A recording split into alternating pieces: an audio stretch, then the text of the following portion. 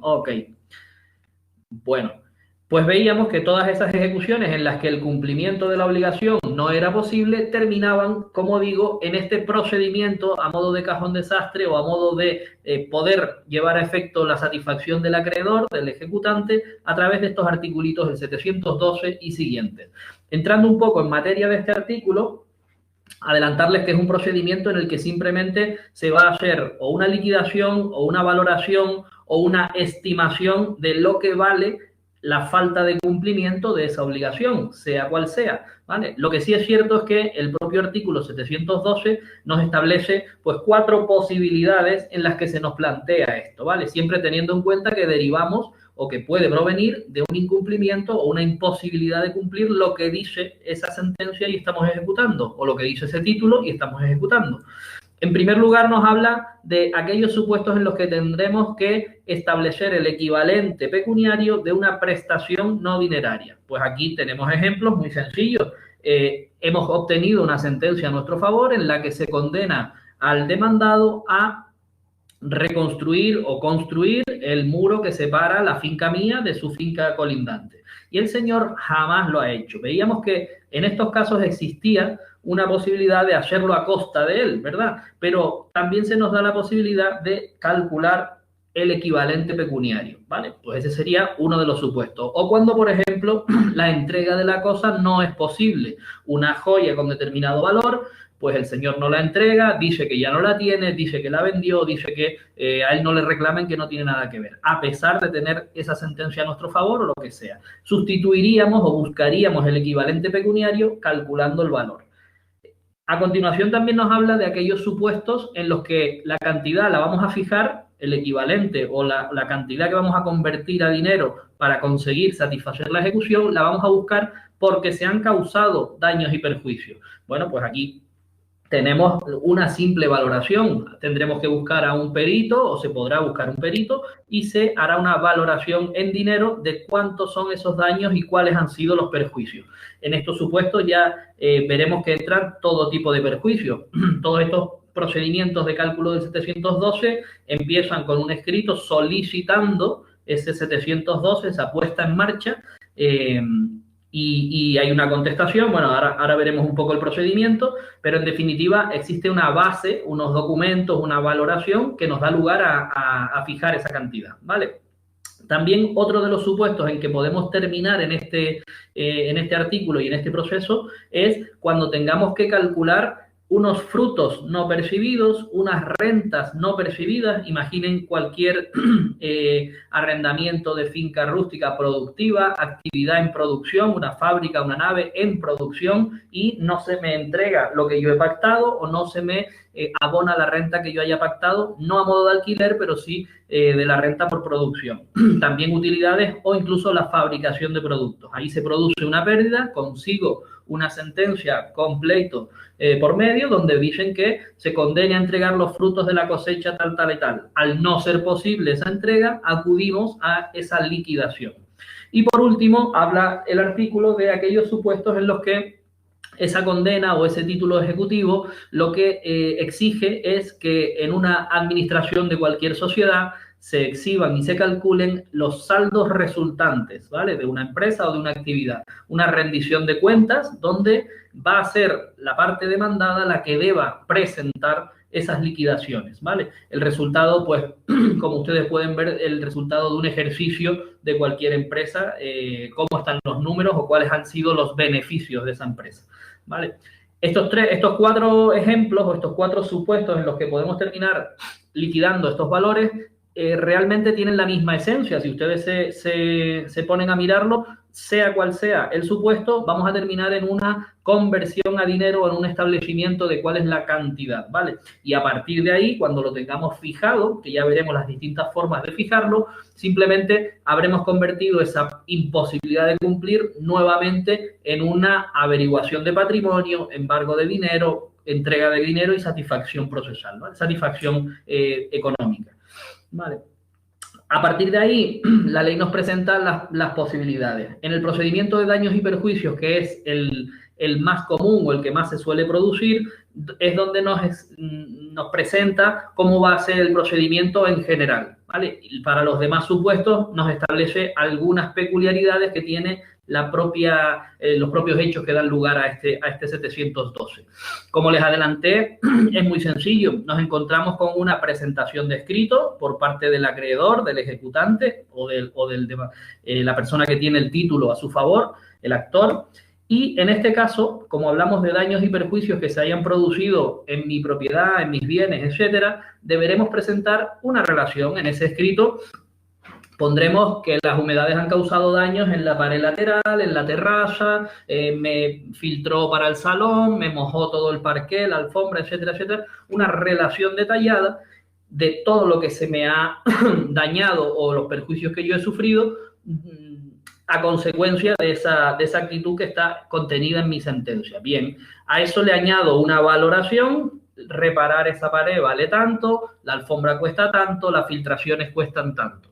Cuando habla de daños, me refiero a eso. Cuando habla de perjuicios, no significa que haya nada roto. Un perjuicio es, oiga, a consecuencia de las humedades, yo no he podido utilizar la habitación que destino a despacho profesional en mi casa porque estaba totalmente dañada, pero he tenido el perjuicio de no poder atender a mis clientes o a mis proveedores en mi despacho profesional. Eso cada día me ha costado tanto, ¿vale? Daños son los daños materiales o personales, perjuicios son a raíz de esa situación lo que yo sufro o dejo de percibir.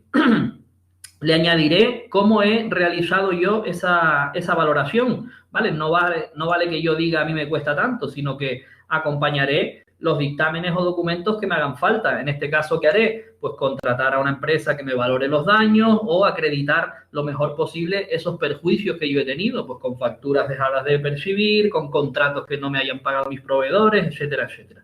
¿Vale? Siempre acreditado. El siguiente paso, una vez que admite el juzgado, el letrado dará trámite a ese escrito. Nosotros lo tramitaremos como funcionarios en nuestro puesto, al que le toque, y se le dará un traslado por plazo de 10 días a la otra parte, en este caso al ejecutado, para que haga sus alegaciones. Bien, ¿cuáles son las posibilidades que nos podemos encontrar con el ejecutado? En primer lugar, podemos tener una conformidad, como les ponemos en este cuadrito. Si el ejecutado reconoce tanto los daños y los perjuicios como la valoración, ¿vale? Son dos conceptos. Habrá conformidad. En ese caso, finaliza el procedimiento. El letrado de la administración, secretario, simplemente dictará su decreto donde se apruebe el importe que ha presentado en concepto de daños y perjuicios. Aquí ya no tenemos nada más. Simplemente pasaríamos con ese decreto a ejecutar como si fuera una obligación dineraria, una ejecución dineraria. Buscaríamos bienes del ejecutado, si tiene para pagar, pagaría, si no, empezaríamos la serie de averiguaciones y embargos que nos marca la ejecución dineraria, ¿vale? Hasta llegar a cumplir pues todo lo que tenemos en el decreto de daños y perjuicios.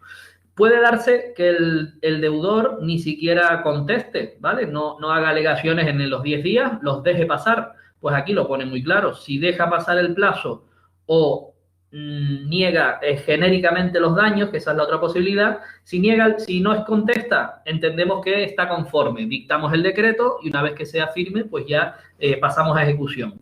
Si el señor presenta simplemente un escrito diciendo no son ciertos los hechos, no son ciertos los daños, me opongo a todos los daños o a la valoración, eso es muy caro, algo que diga que no, pero muy genéricamente, bien, en ese caso el letrado también puede entender que es una negación genérica y que no está entrando a impugnar realmente ninguna de las partidas, ninguno de los daños o la valoración que se haya hecho. Con lo cual, la misma consecuencia. Se entiende que hay conformidad, se dicta el decreto y ejecutamos.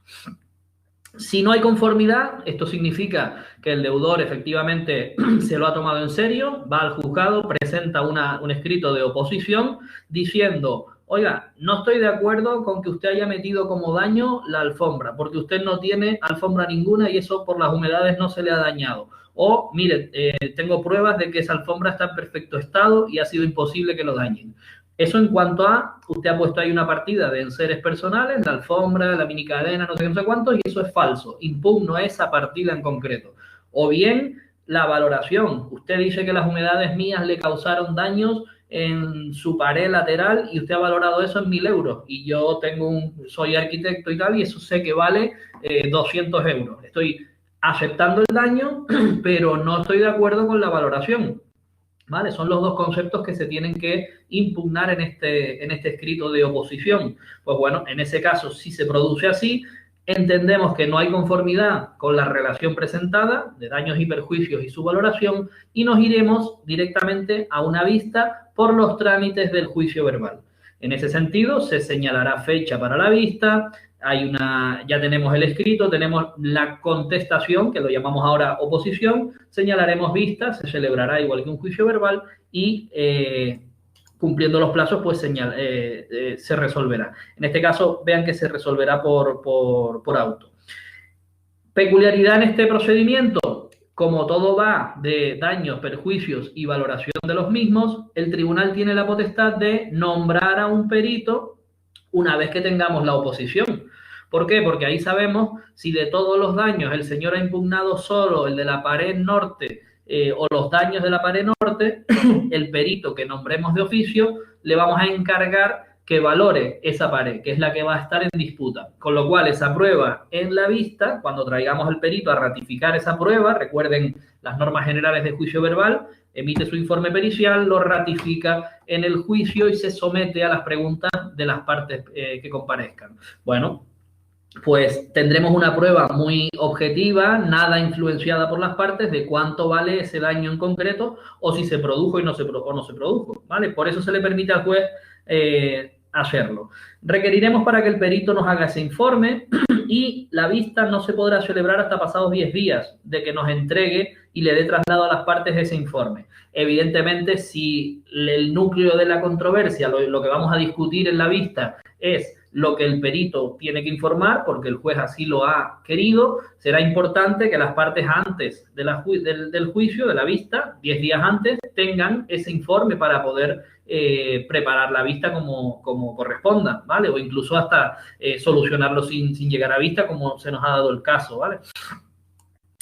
Bueno, saber esto de los 10 días, que es la posible preguntita. Importante esto, ¿desde cuándo cuenta? A contar desde el día siguiente, ¿vale? Normalmente los plazos, la ley siempre los pone así, 10 días desde el traslado a las partes. No caigan en esa trampita de siempre, que es 10 días a partir del siguiente, ¿vale? Aquí el efecto es, si entra hoy el informe del perito, yo le daré traslado a partir del día siguiente, ¿vale? Ahí habrá... lo más normal es una diligencia de ordenación, recibimos el informe, por recibido el anterior informe del perito, de ese traslado. Cuando ya le llegue a la otra parte esa notificación de esa diligencia del juzgado, empezará el plazo, ¿vale? La pregunta sería a contar desde el día siguiente a que le traslademos a las partes el informe. Bueno, ¿cómo se resuelve este incidente de oposición? Pues por un auto después de esa vista. ¿Y qué es lo que contiene ese auto? Ojo que no resuelve el letrado, sino el tribunal fijará la cantidad exacta en la que vamos nosotros a sustituir esos daños y perjuicios, cuánto valen esos daños, cuánto valen esos perjuicios, más el lógico e inevitable pronunciamiento de las costas. Le cargaremos las costas, como casi siempre ocurre, salvo que entienda el juzgado que no, según el artículo 394 y siguientes, 396 en concreto, las costas se impondrán a la parte que no vea satisfechas sus pretensiones, es decir, al que pierda, en este caso, la oposición planteada. Si gana la oposición, se la ponen al que pidió; si pierde la oposición, al propio demandado, que ya estaba solicitándosele la liquidación. Bueno, el auto tiene un plazo, 5 días siguientes al plazo de la vista. Recordar que este plazo fijado para el tribunal o para el juez lo llamamos plazo impropio, no va a perder el juez ningún derecho ni le va a precluir ninguna actuación judicial porque pasen esos días. De hecho, en función del colapso que tenga cada juzgado, pues suele tardar un poco más o no, ¿vale? Depende un poco del juez, de la capacidad de resolver y de los asuntos que tenga, ¿vale? No es como el plazo que tiene para formular oposición o el plazo por 10 días para alegaciones, ¿vale? Ese sí, si no lo presenta, fíjense en este caso la consecuencia que tiene. Si deja pasar el plazo, tiene una consecuencia directa. Le entendemos que se ha conformado, ¿vale? Diferencia entre plazos propios y plazos impropios que marca la ley. Bueno, la tercera vía o la tercera modalidad de daños de liquidación que tenemos es establecer el equivalente pecuniario de una entrega de una cosa que no se ha producido, que se ha perdido, que se ha destruido, que no se localiza. Por ejemplo, hablamos, en lugar de presentar una relación detallada de los daños y una valoración de cada uno de esos daños y perjuicios, hablamos de una estimación. Es lo que yo les hablaba de ese objeto que ha sido objeto de condena. Usted devolverá el baúl de madera del siglo XVII que tiene usted apropiado y se lo debe al heredero fulanito en vez de quedárselo usted. Por ejemplo, me estoy inventando un supuesto en el que se puede llegar a eso. Si no entrega el baúl determinado, entrega de cosa determinada, no una cosa genérica, acudiremos a establecer un equivalente pecuniario. ¿Cómo se hará? Pues el ejecutante presentará la solicitud por escrito, exactamente igual que hemos visto en los daños y perjuicios, y en vez de acompañar los daños y perjuicios, acompañará una estimación pecuniaria. Se supone que este señor acreditará por qué le da ese valor a ese baúl que ya no va a recibir, ¿vale? Valor sentimental, elementos de oro, elementos muy valiosos, antigüedad de la pieza, las maderas, alguna otra razón artística o histórica incluso, ¿vale? Es una obra muy importante o lo que sea, ¿vale? Cualquier cosa puede ocurrir y por eso le doy ese valor, ¿vale? Acreditará las razones y si tiene algún documento, pues lo aportará también, si se trata de eso. El testamento, por ejemplo, donde decía exactamente que era para él y que valía tanto, o que el valor era de tanto, o que tenía incrustaciones de oro y lo que ustedes quieran, ¿vale? Por eso le doy ese valor pecuniario. El resto del trámite es exactamente igual. Se le dará un traslado por 10 días al ejecutado, aplicaremos los mismos artículos que para los daños y perjuicios, con la misma presunción. Vamos a hablar hoy de las presunciones también un poquito por encima. Con la misma presunción, me explico, si el señor ejecutado no contesta dejando pasar los 10 días o se opone de manera genérica a lo del baúl en este caso, a esa estimación pecuniaria, las razones y los documentos, entendemos que se conforma, con lo cual decreto y a ejecutar en forma dineraria, ¿vale? Sin embargo, si se opone en forma, es decir, alega sobre el baúl, alega sobre las razones y documentos que haya aportado o sobre la estimación pecuniaria que le hemos dado, pues nos iríamos a una vista de juicio verbal con su resolución, en este caso por auto también, ¿vale? Por el tribunal. El resto del trámite, como digo, es exactamente el mismo. Aquí la diferencia es que hablamos de una estimación pecuniaria. En tercer lugar, nos habla de esa no percepción o falta de recepción de frutos, rentas, utilidades o productos, pues de todas esas actividades económicas en las que la obligación pues es entrega de cosechas, entrega de frutos, rentas por arrendamientos casi siempre agrícolas que tenemos, el famoso medianero que tiene un contrato y debe entregar determinadas cosas, maquinarias, en fin, todo este tipo de actividad mercantil que da lugar a estos incumplimientos que si se llevan al juzgado pues podemos encontrarnos con esa obligación que no se puede cumplir. Bueno, pues estos dos artículos nos hablan de ello, 718 y 719. En este caso, el procedimiento es un poco a la inversa y explico por qué. Porque es el deudor el que tiene en su posesión casi siempre esa finca que da frutos, esa finca que produce, esa obligación de medianero. Él sabe qué es lo que da la nave y qué es lo que no, él sabe qué es lo que produce la carpintería, la nave industrial, todas estas actividades, quien las explota y quien conoce el negocio y por tanto la producción que debe entregar es el deudor. Por lo tanto, es a él al que se le requiere en primer lugar para que presente una liquidación. Oye, por la cosecha de vino de tanto, ¿cuánto es las cajas que usted tiene que entregar según el contrato que está incumpliendo? Pues 27 cajas a la razón de 10 litros, tanto. Se le requiere en primer lugar al deudor, se le marcará un plazo que no está fijado, sino porque dependerá de la complejidad de evaluar esa liquidación, pero se le exigirá en primer lugar a él. Posibilidades, las que nos encontrábamos antes con la conformidad, pero dependiendo de si el deudor o no cumple y presenta su propia liquidación. Oye, pues yo he dejado de presentar a este restaurante toda la producción de 10 semanas. 10 semanas a tanto por semana, le debo tanto. La liquidación sería tal importe porque en el mercado está a este precio, ¿vale? ¿Se entiende un poco lo que es la liquidación de frutos, rentas, utilidades? Una vez que la presentara el deudor, es la primera de las posibilidades, a quien le damos la posibilidad de conformarse es el acreedor, que simplemente debe recibir esos frutos, esas rentas, utilidades o productos. Si está conforme con lo dejado de percibir, haremos lo mismo que en el otro caso. Decreto aprobando la liquidación que ha presentado el deudor, no el acreedor. Se fijan en el juego cómo cambia, ¿no?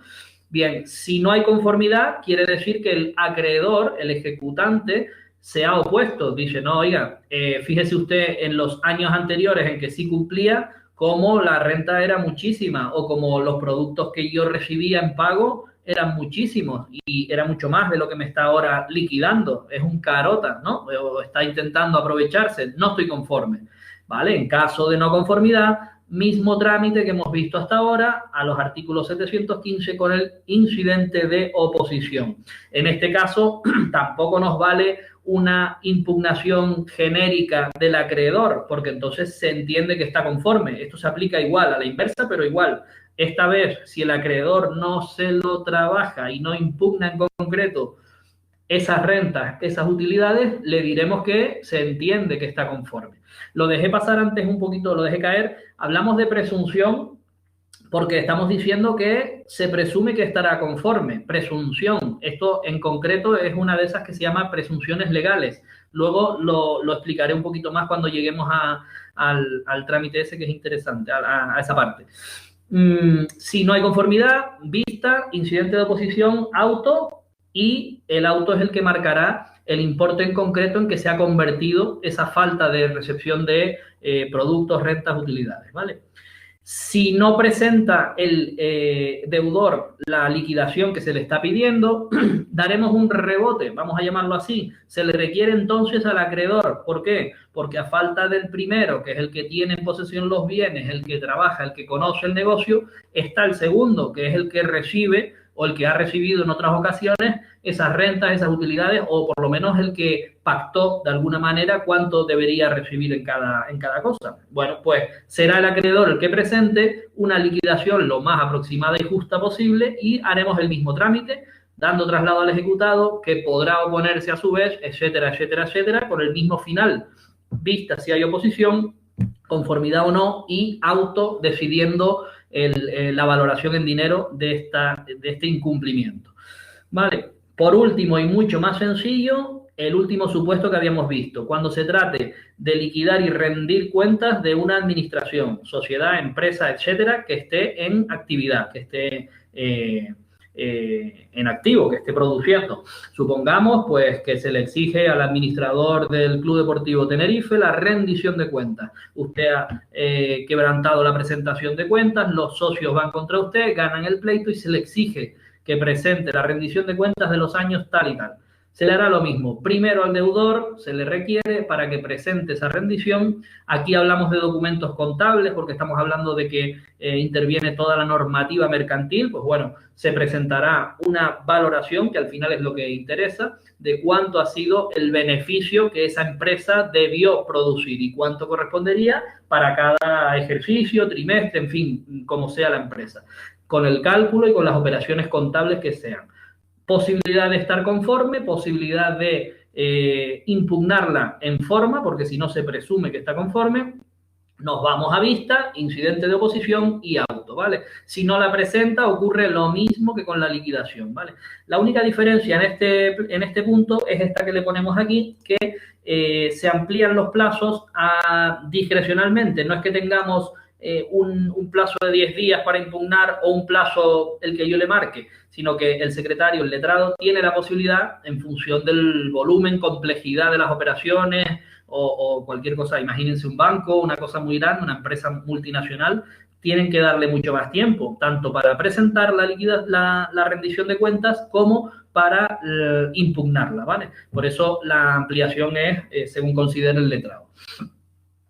El trámite exactamente igual y yo creo que no tiene más complejidad. Voy a quitar esto un momentito. Si queda alguna dudita, este era el final de la ejecución. Con esto ponemos fin al tema 17. por fin dirán muchos, a mí es un tema que me gusta, también es porque lo trabajamos a diario, SEO también, y es un tema importante, es un tema que a lo mejor en auxilio no cae tanto de ejecución, ¿no? Nos pueden caer algunas preguntitas sueltas, pero en tramitación y en gestión siempre caen, pues, 2, 3, 4 preguntas más o menos, ¿no? De ejecución nos pueden caer bastante. La parte de auxilio, lo que sí suele caer mucho, si cae algún práctico, el embargo. Todo, la ejecución de un desahucio, a lo mejor alguna preguntita de subasta podría caer, pero vamos. Sí, en auxilio las diligencias de requerimiento, embargo y desahucio, tanto la toma de posesión como el desahucio son importantes, podrían caer, sí. Yo de este tema me estudiaría súper bien en la orden de embargo, el 592, eso súper bien.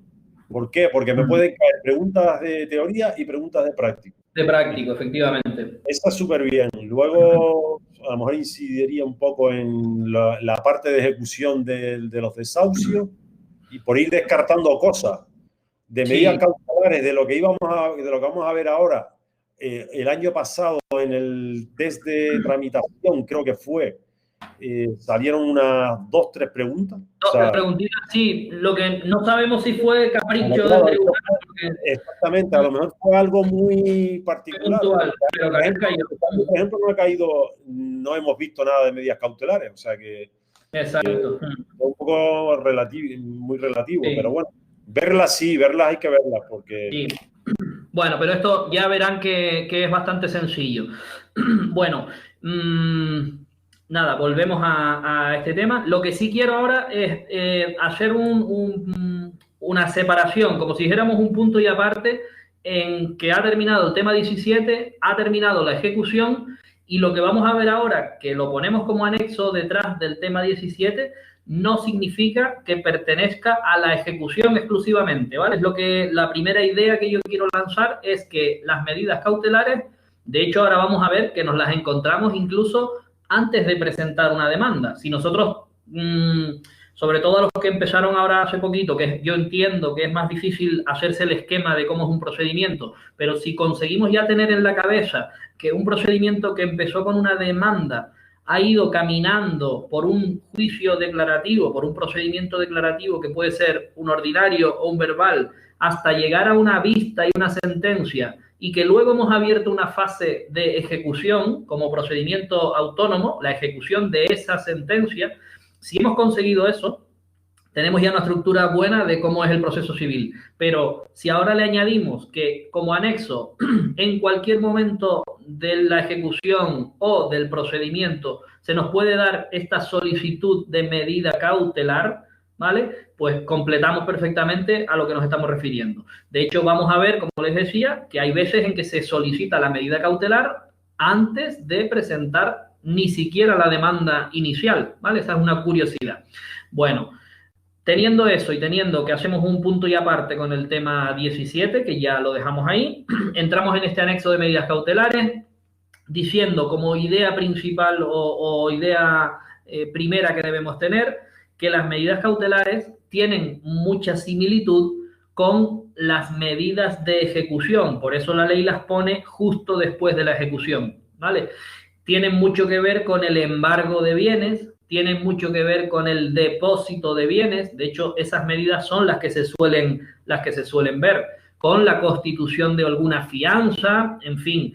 ¿Por qué? Porque son medidas que están destinadas, como el concepto mismo de medida cautelar dice, a garantizar, a ver si puedo hacer grande esto porque no lo tengo.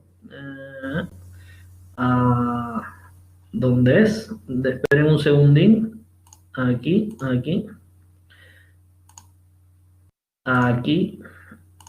Y aquí. Menos mal.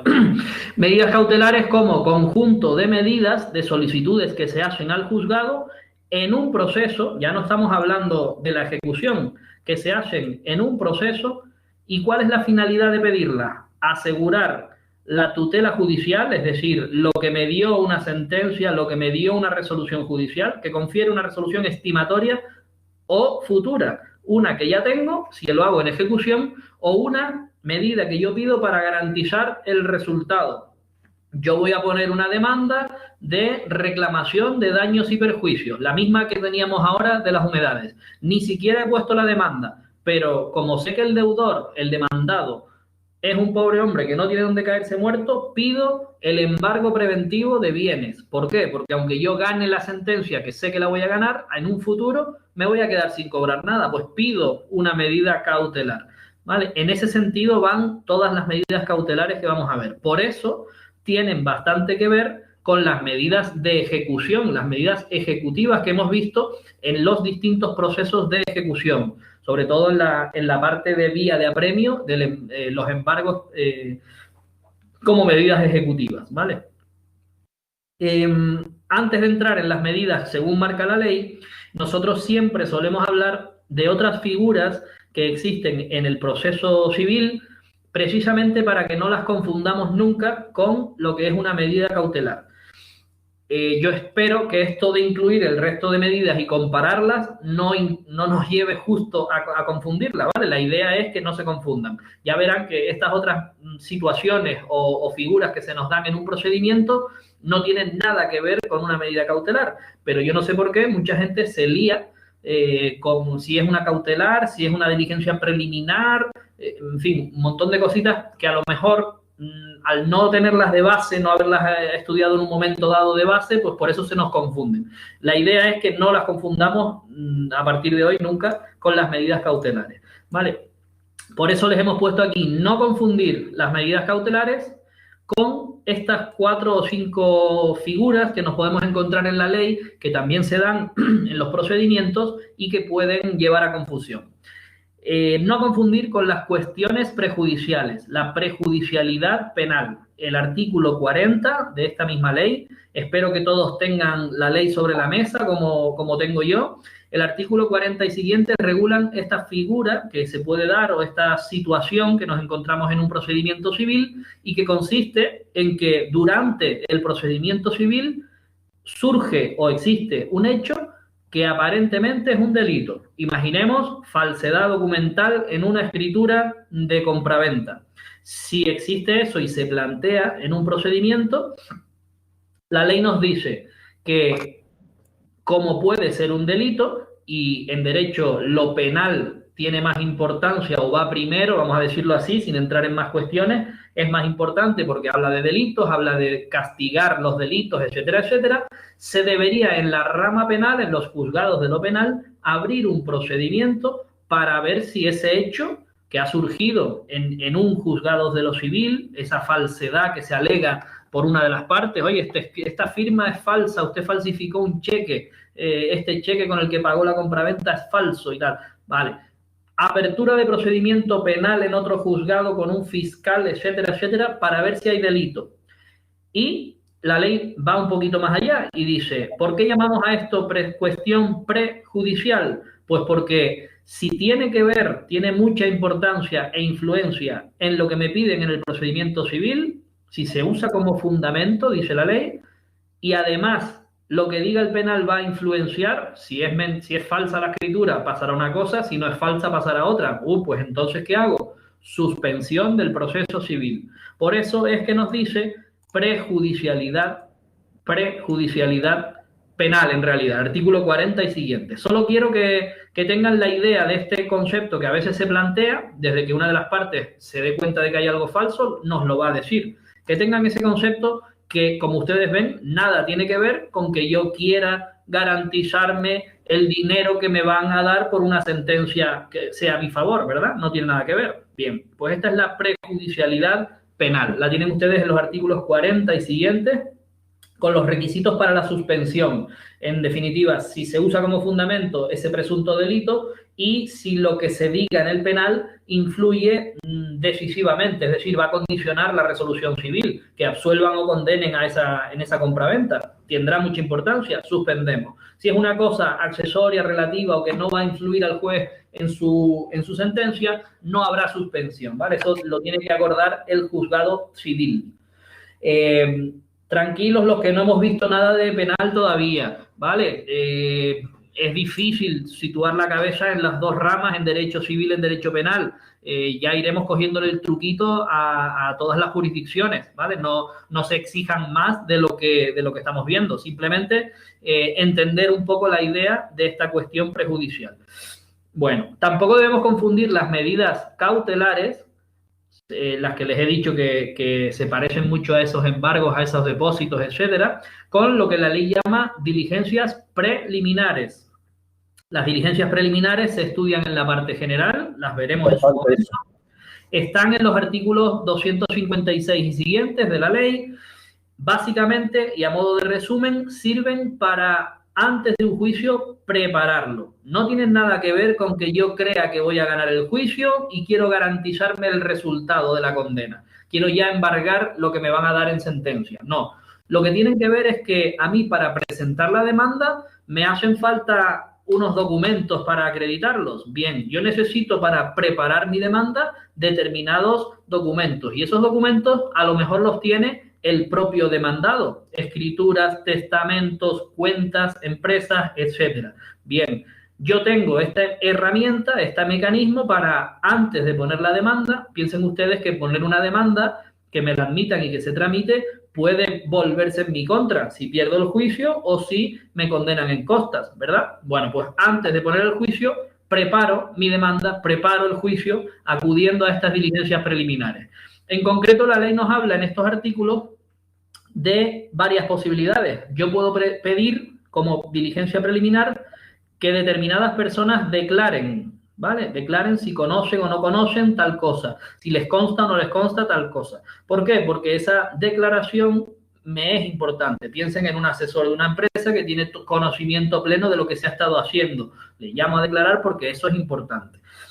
Le puedo pedir al juzgado que exija que la persona en concreto me enseñe los documentos en los que yo voy a basar mi demanda, porque me hacen falta, como acabamos de ver, documentos de carácter mercantil, escrituras públicas, cualquier cosa, un testamento, como les ponemos aquí, ¿vale?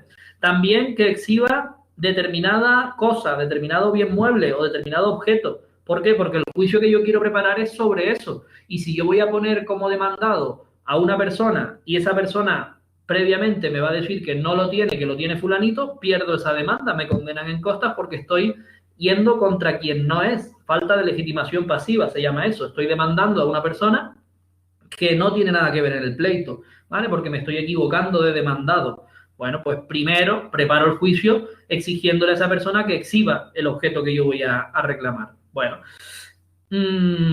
también se puede reclamar actos de última voluntad cuando yo sé que el testamento lo tiene tal heredero y voy a presentar la partición de la herencia. Antes de eso, le pido al heredero que lo enseñe.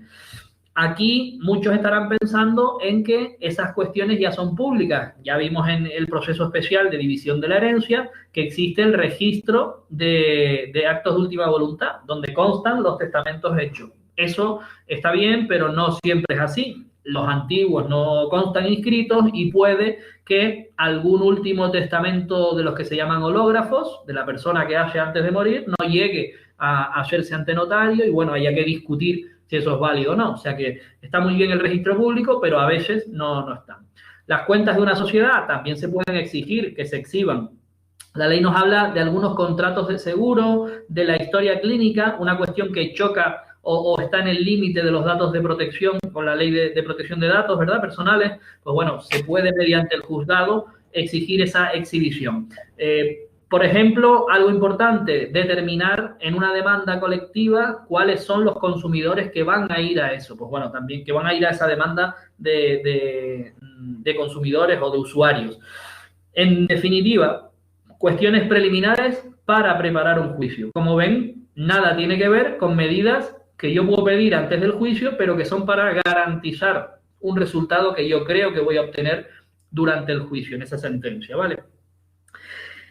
Otra figura que nos encontramos en los procedimientos civiles son las presunciones. Antes hemos hablado de varias. Se presume que estará conforme si no dice nada durante los 10 días de plazo o si impugna de manera genérica la liquidación de daños y perjuicios. ¿Se acuerdan? Lo acabamos de ver ahora mismo. 715 y siguientes. Bueno, eso está escrito en un artículo de la ley y dice que se presumirá. El Señor no está diciendo que está conforme, ¿verdad? Pero nosotros, mediante la ley, le damos ese valor. Presumimos que está conforme, incluso aunque se oponga de manera genérica. A lo mejor el Señor no podía oponerse de otra manera, pero para eso están los abogados. Él presentó un escrito mal puesto diciendo que se opone a todo y el juzgado le dice, no, usted está conforme. Eso es una presunción legal. La ley y el Código Civil nos dan un montón de presunciones. Esto no es más que una ficción que hace la ley para poder llegar a una resolución en el procedimiento. Nos marca el Código Civil dos tipos de presunciones. Como ven aquí, las legales son estas que estamos hablando, vienen dadas por un artículo de una ley, están en la legislación tributaria, están en el Código Civil, están en el Código Penal incluso, ¿vale? Aquí le hemos puesto algunos ejemplos civiles, pues uno que ustedes conocerán mucho. En España, el régimen matrimonial, ¿cuál es? Y que hemos estudiado. ¿Cuál es? El que digan las partes, pero si no dicen nada, se presume que es el ganancial. Son gananciales salvo que hayan pactado otro régimen distinto. Hago una preguntita aquí para oxigenar un poco. ¿Qué otros regímenes matrimoniales conocemos, aparte del de gananciales? Deberíamos ya tenerlos claros. Venga, lo pregunto por ahí, a ver, son dos los que nos quedan por saber.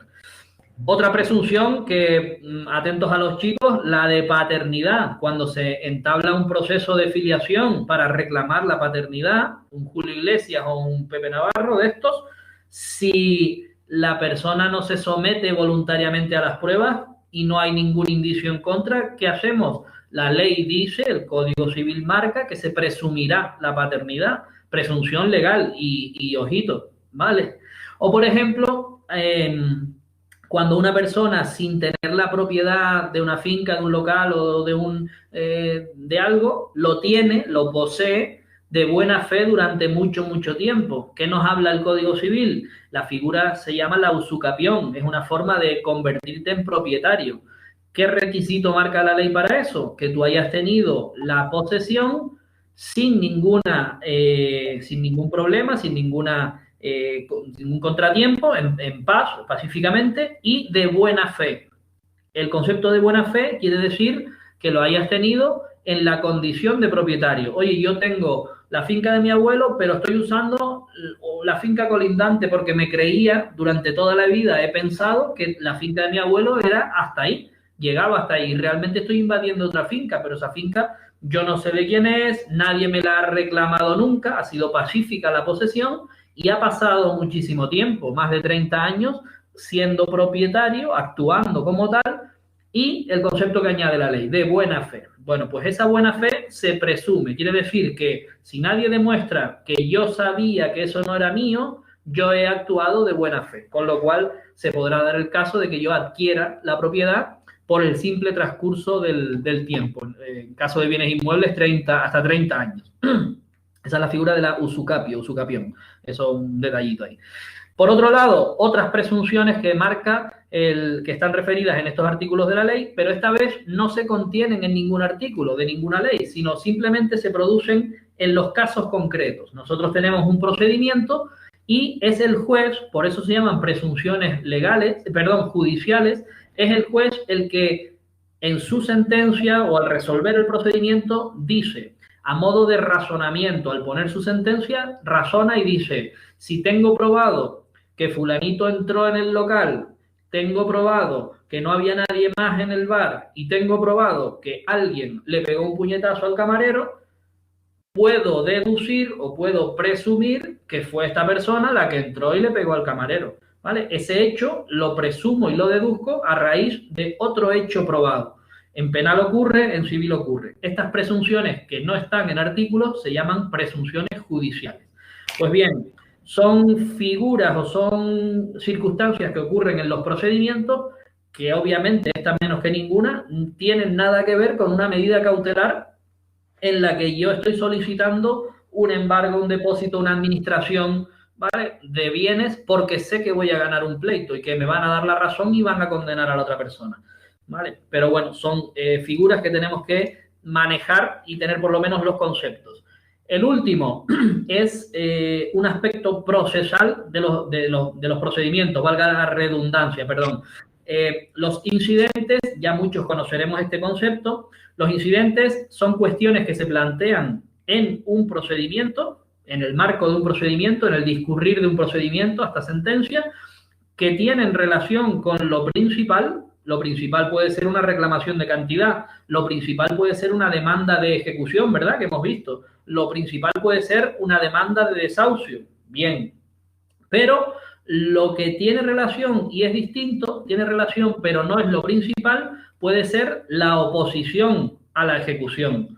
Puede ser que en un momento dado, lo acabamos de ver, tenga yo que acudir a unos 712, a una liquidación, pues por ejemplo, porque la sentencia condenó a unos intereses que no están calculados. Tengo yo que acudir a ese 712 para calcularlos, para establecer el equivalente pecuniario, por ejemplo. ¿Qué marca la ley de enjuiciamiento civil? Marca que estas cuestiones relacionadas pero no principales se tramitarán, como si dijéramos, en una rama, en una pieza separada del procedimiento principal. Así tenemos la oposición a la ejecución, que lo vimos hace poquito en clase. Se abre una carpetita nueva, se abre un procedimiento separado y se tramita simplemente la oposición. Y ese procedimiento, sí. Ya te contestaron la pregunta que hiciste antes. Separación de bienes y participación. Y participación, muy bien. Esos son los tres regímenes matrimoniales que tenemos nosotros. Gananciales, separación y participación. Bueno, pues bueno, estos incidentes que se tramitan en paralelo o en una rama aparte, en una pieza separada, resuelven estas cuestiones accesorias pero relacionadas con lo principal y no tienen nada que ver con el objeto, o sea, tienen que ver con el objeto principal, pero no son el objeto principal del pleito. Por ejemplo, la oposición en una ejecución, liquidar intereses, las cuestiones que llama la ley de previo pronunciamiento, ya llegaremos a esta parte general, cuestiones que están relacionadas con las partes, por ejemplo, si una persona puede o no puede demandar a otra, la capacidad para demandar. Un menor de edad, por mucho que quiera, no puede poner una demanda. Yo tengo 17 años, por mucho que presente la demanda, me la van a tirar por falta de capacidad. Pues eso es una cuestión que se debe resolver incidentalmente. ¿Tiene que ver con el asunto? Pues bueno, sí, en parte sí, porque es esta persona y tal, pero mira, no tiene capacidad. O, por ejemplo, si no está representada, actúa como dueño de la empresa y realmente no es más que un socio, no es el consejo, no es el administrador, o no es el administrador único. Bueno, hay cuestiones ahí que se plantean y se resuelven a modo de incidente. Esto, como pueden ver, tampoco tiene nada que ver con las medidas cautelares. Bueno, pues pidiéndoles disculpas por el tostón de cuestiones que han ido cogiéndose de distintas partes de la ley, es importante que las veamos para no tener dudas, ¿vale? Si nosotros las vemos de golpe así, no las vamos a confundir jamás, creo yo, porque son muy dispares, no las vamos a confundir con lo que vamos a ver ahora, con las medidas cautelares, ¿vale? Medidas cautelares que ya hemos dicho que su finalidad es que en un procedimiento aseguremos de antemano o durante el pleito el resultado del mismo, ¿vale? El resultado va a ser que me dan la razón en una sentencia y que yo obtengo un pronunciamiento a mi favor. Sentencia que le paguen tantos 1.000 euros, a que le entreguen tal cosa, a que fulanito haga o entregue determinada cuestión, ¿vale? Todo eso lo puedo yo pedir una medida cautelar para garantizármelo de antemano. Bueno, y ustedes dirán, pues qué bien, pues entonces todas las demandas solicitan medidas cautelares, porque todo el que presenta una demanda cree que la va a ganar, entonces que me lo aseguren. Pues no es tan sencillo. Vamos a ver ahora que las medidas cautelares tienen una serie de requisitos bastante estrictos y unas consecuencias que pueden darse la vuelta contra el que las solicita. Como anexo, ya lo hemos dicho aquí, pero bueno, les pusimos que no solo se plantean en la ejecución forzosa, ya nos olvidamos de la ejecución, sino que caben en los procesos declarativos e incluso en los procesos especiales. Bueno, les iba a preguntar, pero lo pusimos aquí. Muy importante recordar, porque nosotros ya hemos estudiado los procedimientos especiales, capacidad de las personas, filiación, herencia, monitoreo cambiario, procesos matrimoniales, esos procedimientos que la ley llama procedimientos especiales, procesos especiales, para distinguirlos del verbal y del ordinario, tienen una peculiaridad en cuanto a las medidas cautelares. ¿Se pueden solicitar en los procesos especiales? Sí. ¿Se pueden solicitar a instancia de parte? Vale, también. Ahora, ¿el tribunal puede acordarlas de oficio? Efectivamente. En los procesos especiales, sí. El tribunal de oficio, aquí tenemos varios ejemplos de procedimientos especiales. Capacidad de las personas, filiación, etcétera. El tribunal de oficio podrá acordar esas garantías, esas medidas garantías, antes que el juicio. Y ustedes dirán, coño, pues el juez cuando adopta una medida sin resolver, por algo será, porque va a resolver, o sea que está prejuzgando de antemano sin siquiera celebrar el juicio. Eso se llama prejuzgar. Vale, la ley le dice que usted podrá acordar una medida, pero no la fundamente en que tiene razón la parte que lo pide. No, porque entonces estaría usted prejuzgando y eso está prohibido y tendría usted que dejar el asunto o esa sentencia sería nula. Usted lo que tiene que hacer es valorar los requisitos de las medidas cautelares, que los vamos a ver ahora, y si se cumplen los requisitos de la medida cautelar, lo adopta, pero no prejuzgue, no ponga usted en ese auto nada de que esta parte tiene razón, de que esta parte es más guay y le voy a dar la sentencia, porque entonces está usted prejuzgando, ¿vale? Bueno, eso lo veremos un poquillo más adelante también. La ley nos marca pues un procedimiento y algunas cuestiones generales de las medidas cautelares. Yo creo que voy a ir primero a ver cuáles son las medidas cautelares para que no... para tener una idea y ahora volvemos al articulito. Miren, es el artículo 727 el que nos habla en concreto de cuáles son las medidas. Y fíjense que no lo hace de modo taxativo, es decir, son estas 11 medidas y ya no hay más. No, sino que habla de entre otras medidas. El artículo 727 nos habla de que se podrán acordar como medidas cautelares, entre otras, las siguientes. Y fíjense que todo esto ya nos suena bastante de la ejecución. Nos habla del embargo preventivo de bienes. Si ustedes se acuerdan incluso del procedimiento cambiario, también se podría acordar un embargo preventivo. Lo que pasa es que a eso no lo llamamos medida cautelar, lo llamamos una medida dentro del procedimiento cambiario. Bien, pero es verdad que es un embargo preventivo, es verdad que es un embargo que tiene unas características de tiempo, de duración, de que se puede oponer la otra parte, etcétera, etcétera, y que luego se tiene que hacer definitivo o no. Pero en ejecución también hemos visto los embargos. Luego la medida va a ser lo mismo. Se localiza un bien, se asegura, dependiendo del bien que sea, y se embarga, ¿vale? El depósito, pues también entraría aquí. Aquí lo tenemos. Depósito de una cosa mueble, pues sería una medida cautelar, nombrando un depositario, en fin, todo esto lo hemos estudiado. Intervenir o administrar judicialmente una empresa o una sociedad. Siempre que tenga bienes productivos, lo podremos pedir y el juez nos lo podrá dar. Esta es muy interesante cuando vamos contra esas entidades que están en actividad. La formación de un inventario en la gerencia se puede pedir, se suele pedir. Oye, antes de yo entrar a valorar esto, vamos a formar inventario como medida cautelar. Ya luego veré yo si presento o no presento, porque a lo mejor la herencia no tiene nada y ni siquiera me conviene repartirla, porque pierdo, tengo que pagar impuestos, ¿vale? Me conviene más renunciar a la herencia. Vamos a formar el inventario antes de... Bien.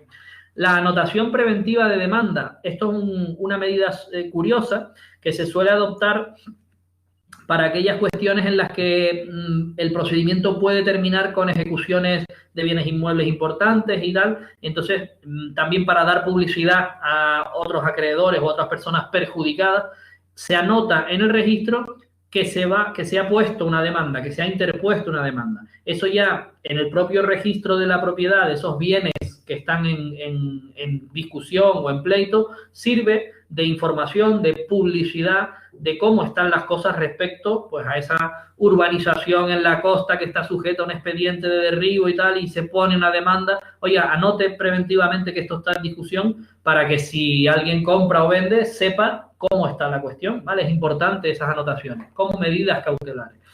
Otras anotaciones en otros registros, pues dependiendo de lo que se trate, se podrán acordar, se podrán pedir como medida cautelar.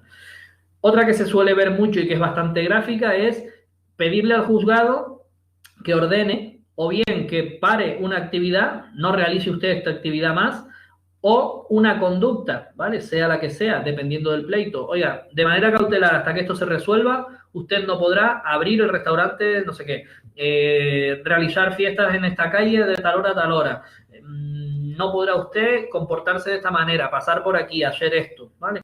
Medida cautelar, carácter temporal. Intervenir y depositar ingresos, pero ojo, que vengan de una actividad ilícita. Esto está muy relacionado con todas las actividades que están protegidas por la propiedad industrial, marca, modelo, etcétera, o por la propiedad intelectual, las patentes, ¿vale? Entonces, todos estos supuestos de falsificaciones con grave daño económico, pues bueno, se puede intervenir las cuentas de ese fabricante asiático que copia la marca España, la marca Nike o Adidas, intervenirle las cuentas que tenga en España a modo de medida cautelar, porque la sentencia le va a condenar a pagar dinero, pues ya tengo eso adelantado, ¿vale? Del mismo modo, depósito temporal, ojo, de obras de arte, objetos, también relacionado con esa normativa de propiedad intelectual y su protección. Ocurrirá lo mismo.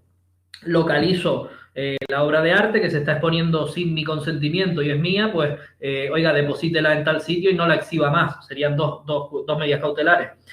Suspender acuerdos sociales, esto también se suele dar mucho en sociedades anónimas o entidades con consejos de socios accionariales, por ejemplo.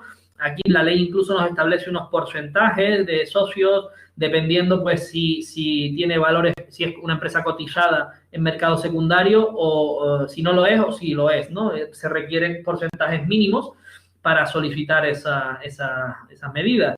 Y bueno, y un último punto, el 11, donde vemos que era entre otras, ¿por qué? Porque nos permite cualquier otra que sea ajustada a la naturaleza pues del pleito o del objeto de pleito que vamos a tener.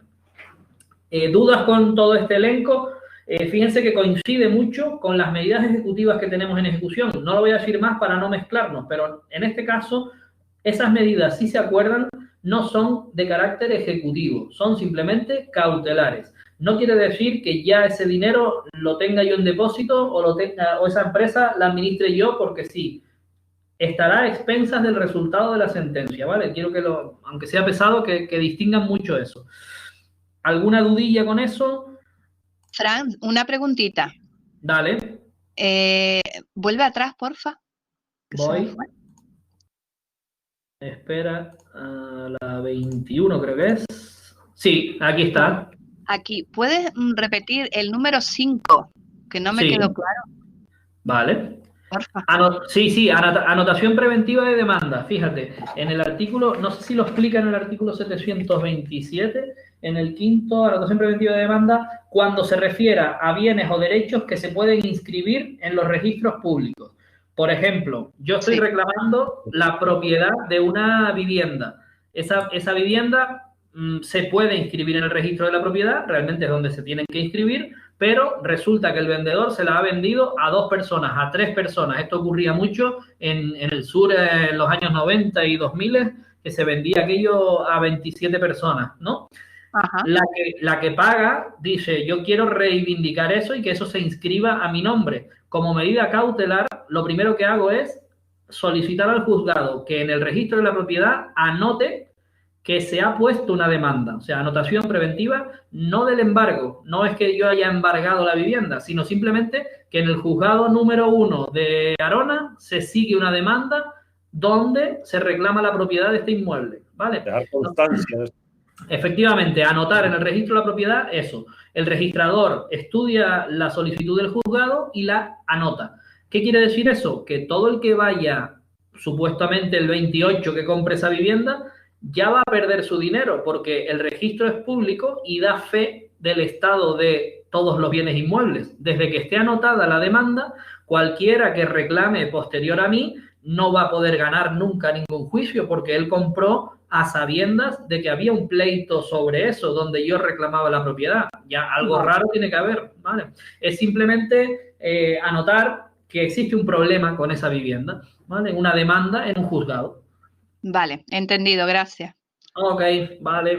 Las medidas cautelares tienen que tener en cuenta sobre todo lo de la competencia, quién conoce. Esas preguntas son las que más caen en el...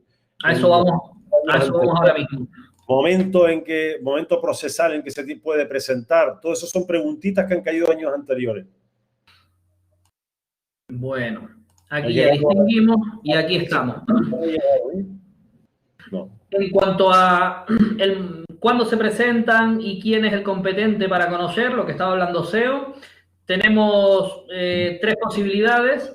En principio ya hemos dicho que se pueden solicitar antes de la demanda, se pueden presentar después de la demanda en casi cualquier momento, e incluso se pueden presentar en este tercer punto cuando ya hemos dictado sentencia en el primer juzgado, en la primera instancia. También le digo a los que están empezando que no tienen por qué saber todavía a qué estamos refiriéndonos cuando hablamos de primera instancia, de segunda instancia, recurso de apelación, todo eso va en sus temas, no lo hemos visto todavía, pero bueno, es bueno ir oyendo ya a qué nos referimos.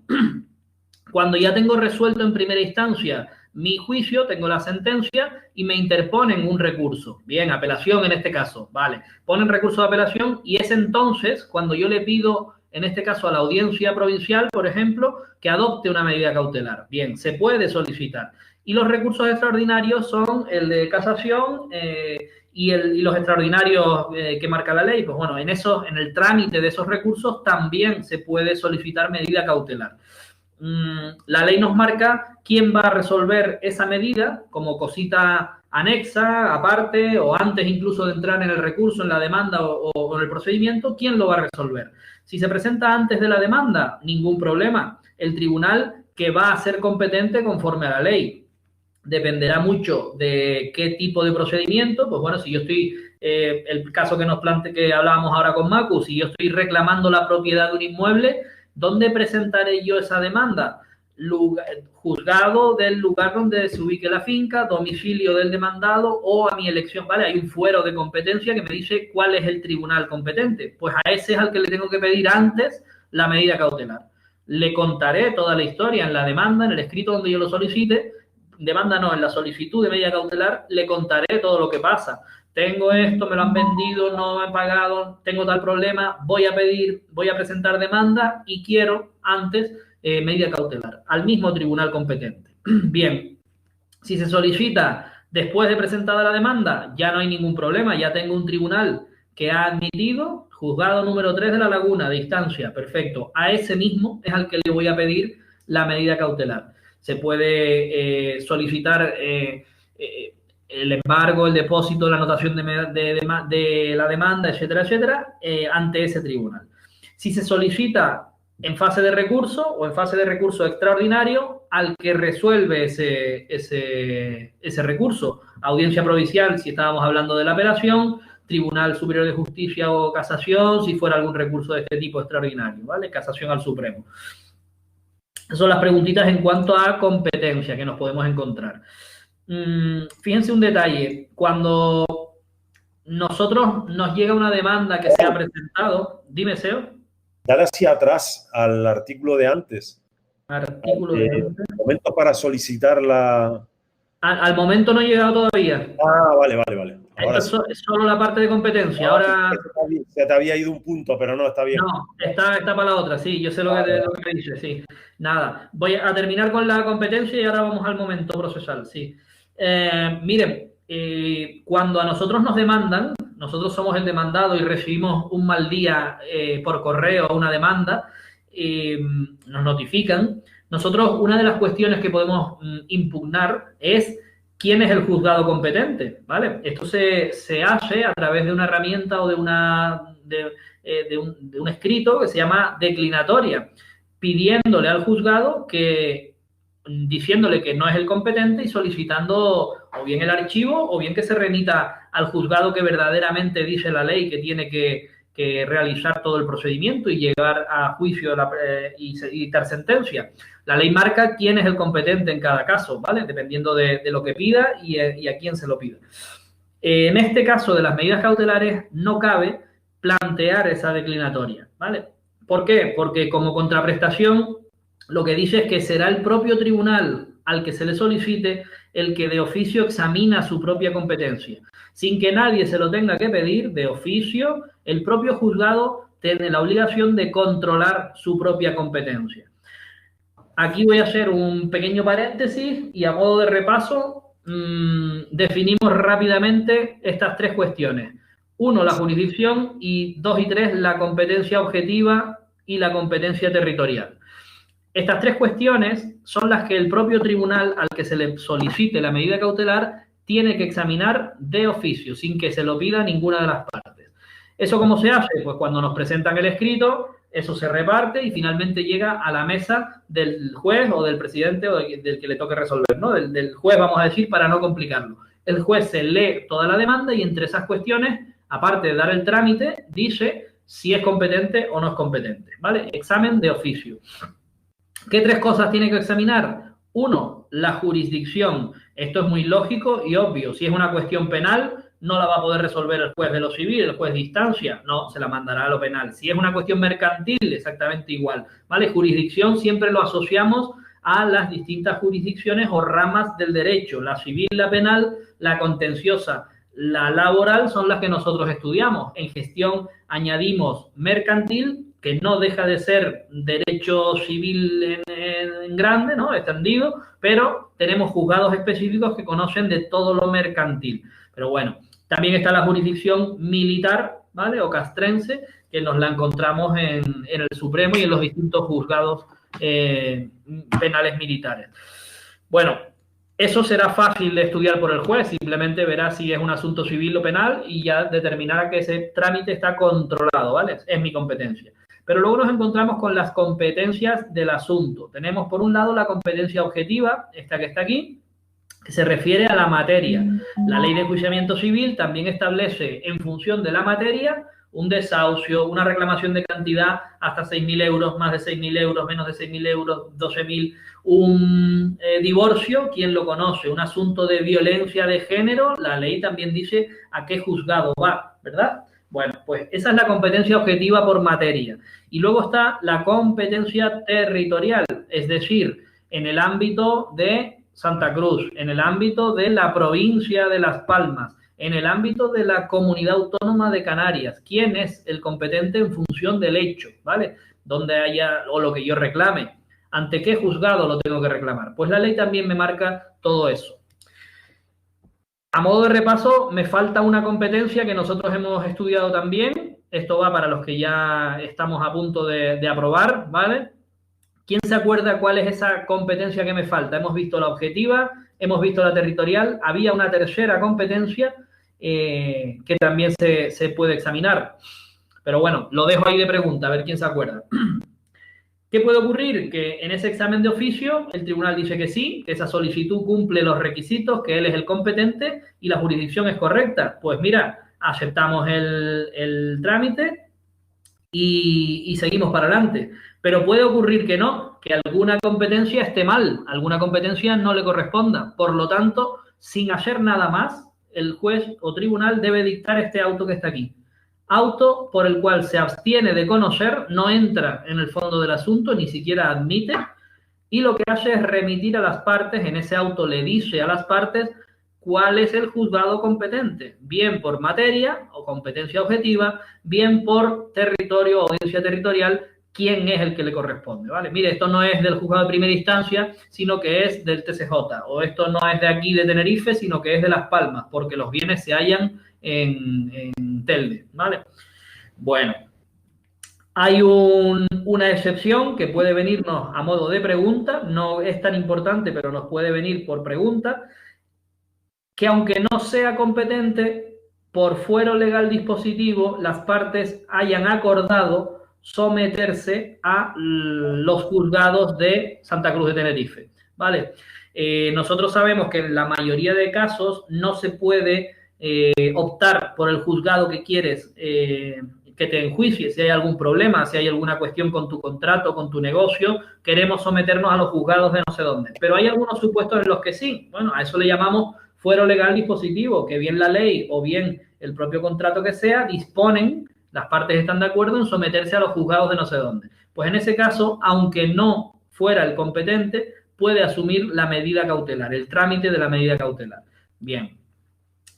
Y otra cuestión que nos pueden preguntar, también la prevé la ley en esta fase de competencia, porque nos dice que aunque carezca de competencia territorial u objetiva, hay un supuesto en el que puede acordar las cuestiones más urgentes o si la medida es urgente y se justifica esa urgencia, podrá acordar alguna medida, lo que llama la ley en prevención, es decir, para que no se produzca precisamente el daño, el perjuicio que se intenta evitar.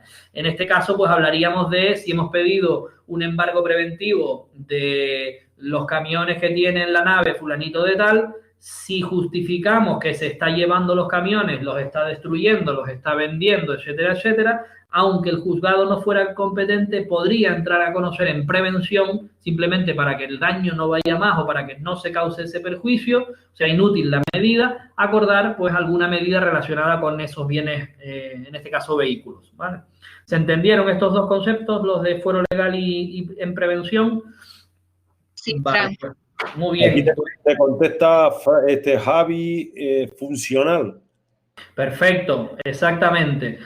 Nosotros cuando hablamos de la competencia, esto es ley orgánica, también es tema 6 y siguientes, nos lo encontramos tanto en la ley de enjuiciamiento como en la ley de enjuiciamiento criminal. Competencia objetiva por razón de la materia, nos dice a qué juzgado tenemos que acudir.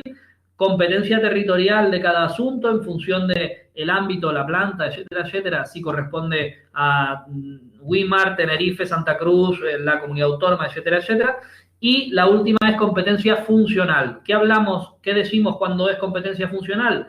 Distinguimos entre a quién le corresponde dictar sentencia en primera instancia, resolver ese asunto, y a quién le corresponde resolver la parte de recursos que se planteen. Recurso de apelación, recurso de reposición, recursos extraordinarios, casaciones, etcétera, etcétera. En función, ¿qué función realiza? O sea, yo resuelvo los recursos, soy audiencia provincial y me corresponde resolver los recursos de los juzgados inferiores. Pues esa será mi competencia funcional. Si usted presenta un recurso de apelación para que lo resuelva el juzgado de Güímar, le dirá que no, porque en base a la competencia funcional tiene que resolverlo la audiencia provincial, ¿vale? Distinguimos entre el trámite y la resolución frente a los recursos que se interponen, ¿vale? Competencia funcional. Muy bien, Javi, está bien la respuesta, perfecto.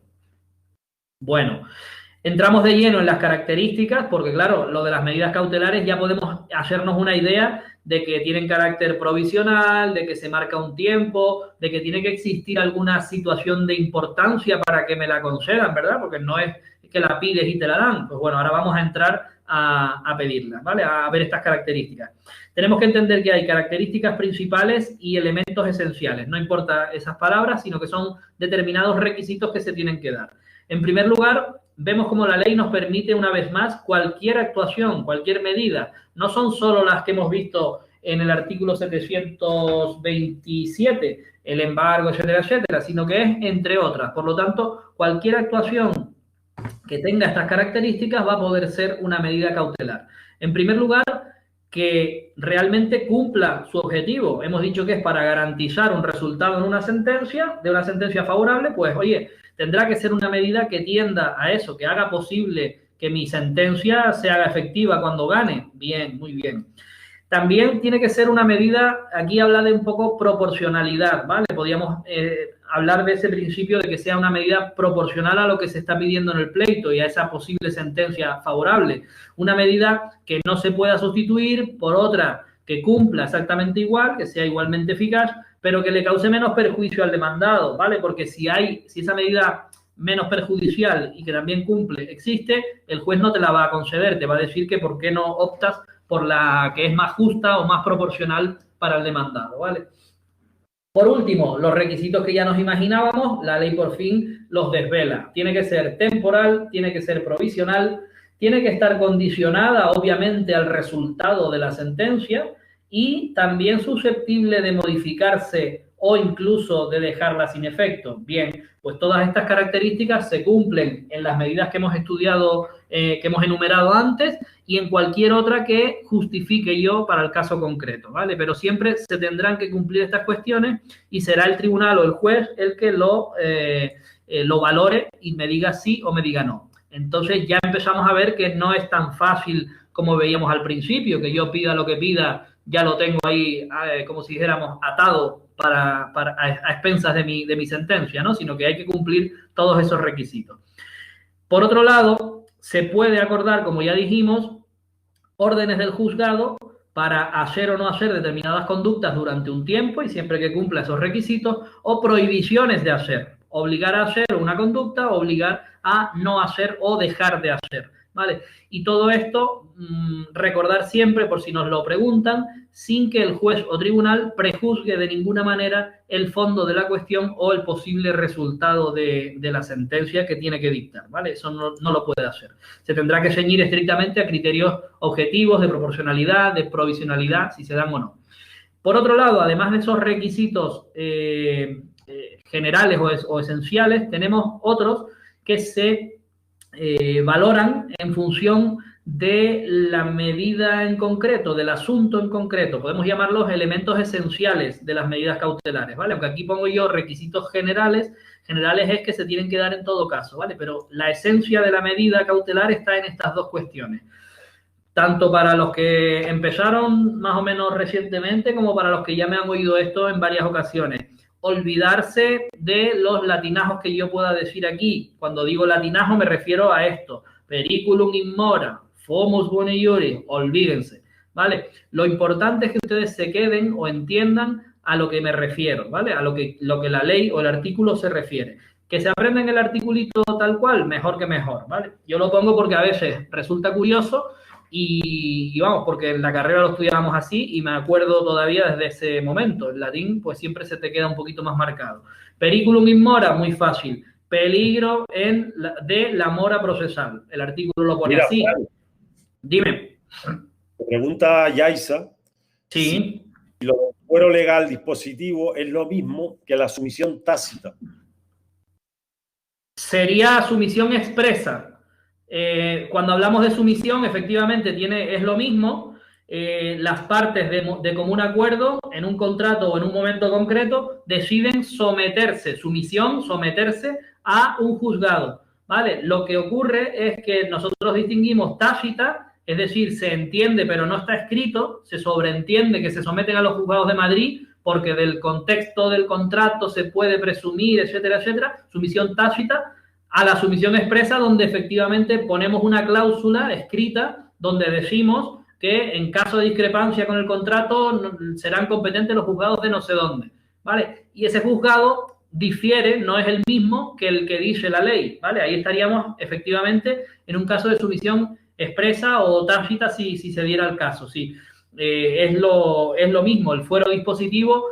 Lo que pasa es que cuando hablamos de sumisión tácita o expresa, nos estamos poniendo en la parte de las partes, el demandante, el demandado o las partes que firman el contrato. Cuando hablamos del fuero, hablamos del tribunal, nos ponemos en el lado de a quién le corresponde, pero básicamente la idea sí que es la misma, Yaisa, sí, muy bien.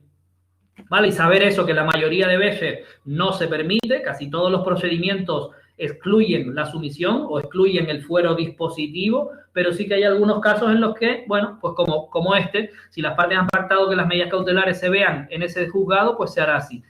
Vale, bueno, retomando estas cuestiones, dos elementos esenciales que se tienen que dar y que el juez tiene que valorar siempre. Si la medida cautelar se solicita porque hay peligro en el retraso procesal, en el retraso del proceso, cumple el requisito. Periculum in mora, peligro de que se destruya la cuestión, de que se pierda el juicio, de que el juicio se vuelva inútil si usted no acuerda la medida cautelar. Esto, la parte que lo pide, lo tiene que justificar. Durante el proceso, como va a tardar, ya no me va a servir, aunque usted me dé la razón. ¿Por qué? Porque este señor elimina los camiones que tiene ahí guardados, destruye el objeto que yo quiero recuperar, se alza con los bienes, desaparece todo lo que tiene y aunque usted le condene ya pierdo todo derecho, por ejemplo. Bueno, pues yo justificaré ese peligro por el retraso en el procedimiento, por la mora procesal, el periculum in mora. El otro elemento esencial que tiene que valorar el juez es apariencia de buen derecho. En latín ahí lo tienen también, olvídense, fumus boni iuris, ¿vale? Apariencia de que la persona que lo está solicitando actúa con total buena fe, en creencia de su derecho, ¿vale? Esto se traduce diciendo que junto con la medida me tiene usted que justificar todas las cuestiones que me pide y tiene que hacer creer en el juez que, oye, que hay un indicio favorable a la medida, es decir, yo no puedo prejuzgar si tiene razón o no tiene razón, pero hay indicios de que si no acuerdo la medida me va a ser muy difícil después solucionarlo, ¿vale? O que por lo menos la duda existe y tengo que ver en juicio la prueba para poder hacerlo. En definitiva, una apariencia de derecho que haga que el juez se mueva a favor de la medida, ¿vale? Indicio de que se puede producir. Estas dos cuestiones esenciales para que el juez las valore, elementos esenciales, junto con los requisitos anteriores que hemos visto, de que sea posible, de que no haya otra medida mejor, vamos a decir, o más justa, y todos los caracteres de temporalidad, provisionalidad, condicionada al fallo, que se pueda cambiar y modificar, ¿vale? Estas cuestiones. Así ya tendremos definido un poco las características de las medidas cautelares. Y por último, también en esta descripción genérica de lo que es una medida cautelar, cómo funciona y qué requisitos tiene, hablamos de caución. Ojo con esto, nos vamos a encontrar en el procedimiento dos tipos de caución. Esta caución que estamos hablando pertenece a la medida cautelar, al que la solicita. ¿Por qué? Porque ustedes también habrán podido pensar ya que ¿qué pasa si al final el que pide y obtiene la medida pierde el juicio? Se le viene abajo todo el castillo, ¿verdad? Y habrá causado un daño a la persona. Le hemos embargado 4 camiones, le hemos dejado sin trabajar al señor y ahora 7 meses más tarde, por ser buenos, pierde el juicio. ¿Cuánto tiempo ha dejado de trabajar ese hombre? ¿Cuánto es el beneficio? Pues me lo va a tener que pagar.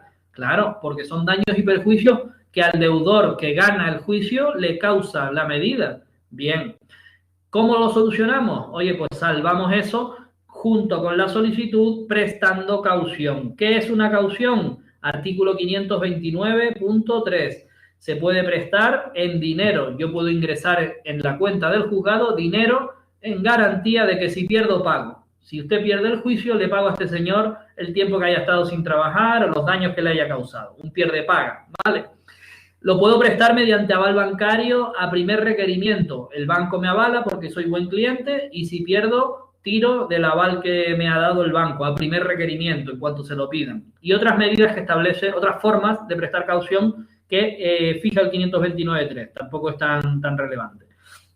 Requisitos de esta primera caución. Tiene que ser suficiente para cubrir los daños y perjuicios que esa medida le pueda causar al demandado. Y hay un detalle en pregunta, ¿vale? La forma puede ser esta del 529.3 y una preguntita. En las acciones específicas, ya la vimos el otro día, cuando organizaciones o asociaciones de consumidores y usuarios formulan demandas colectivas para exigirle a la multinacional de turno que cese en determinado comportamiento, ¿vale? Hablábamos el otro día de ejemplo, poníamos la permanencia en los contratos de telefonía móvil, plataformas digitales, etcétera. Ese concepto de obligar a la persona era ilegal. Consumidores y usuarios presentaron demandas colectivas y eso hizo que se anulara esa forma de presentar la permanencia y se modificara.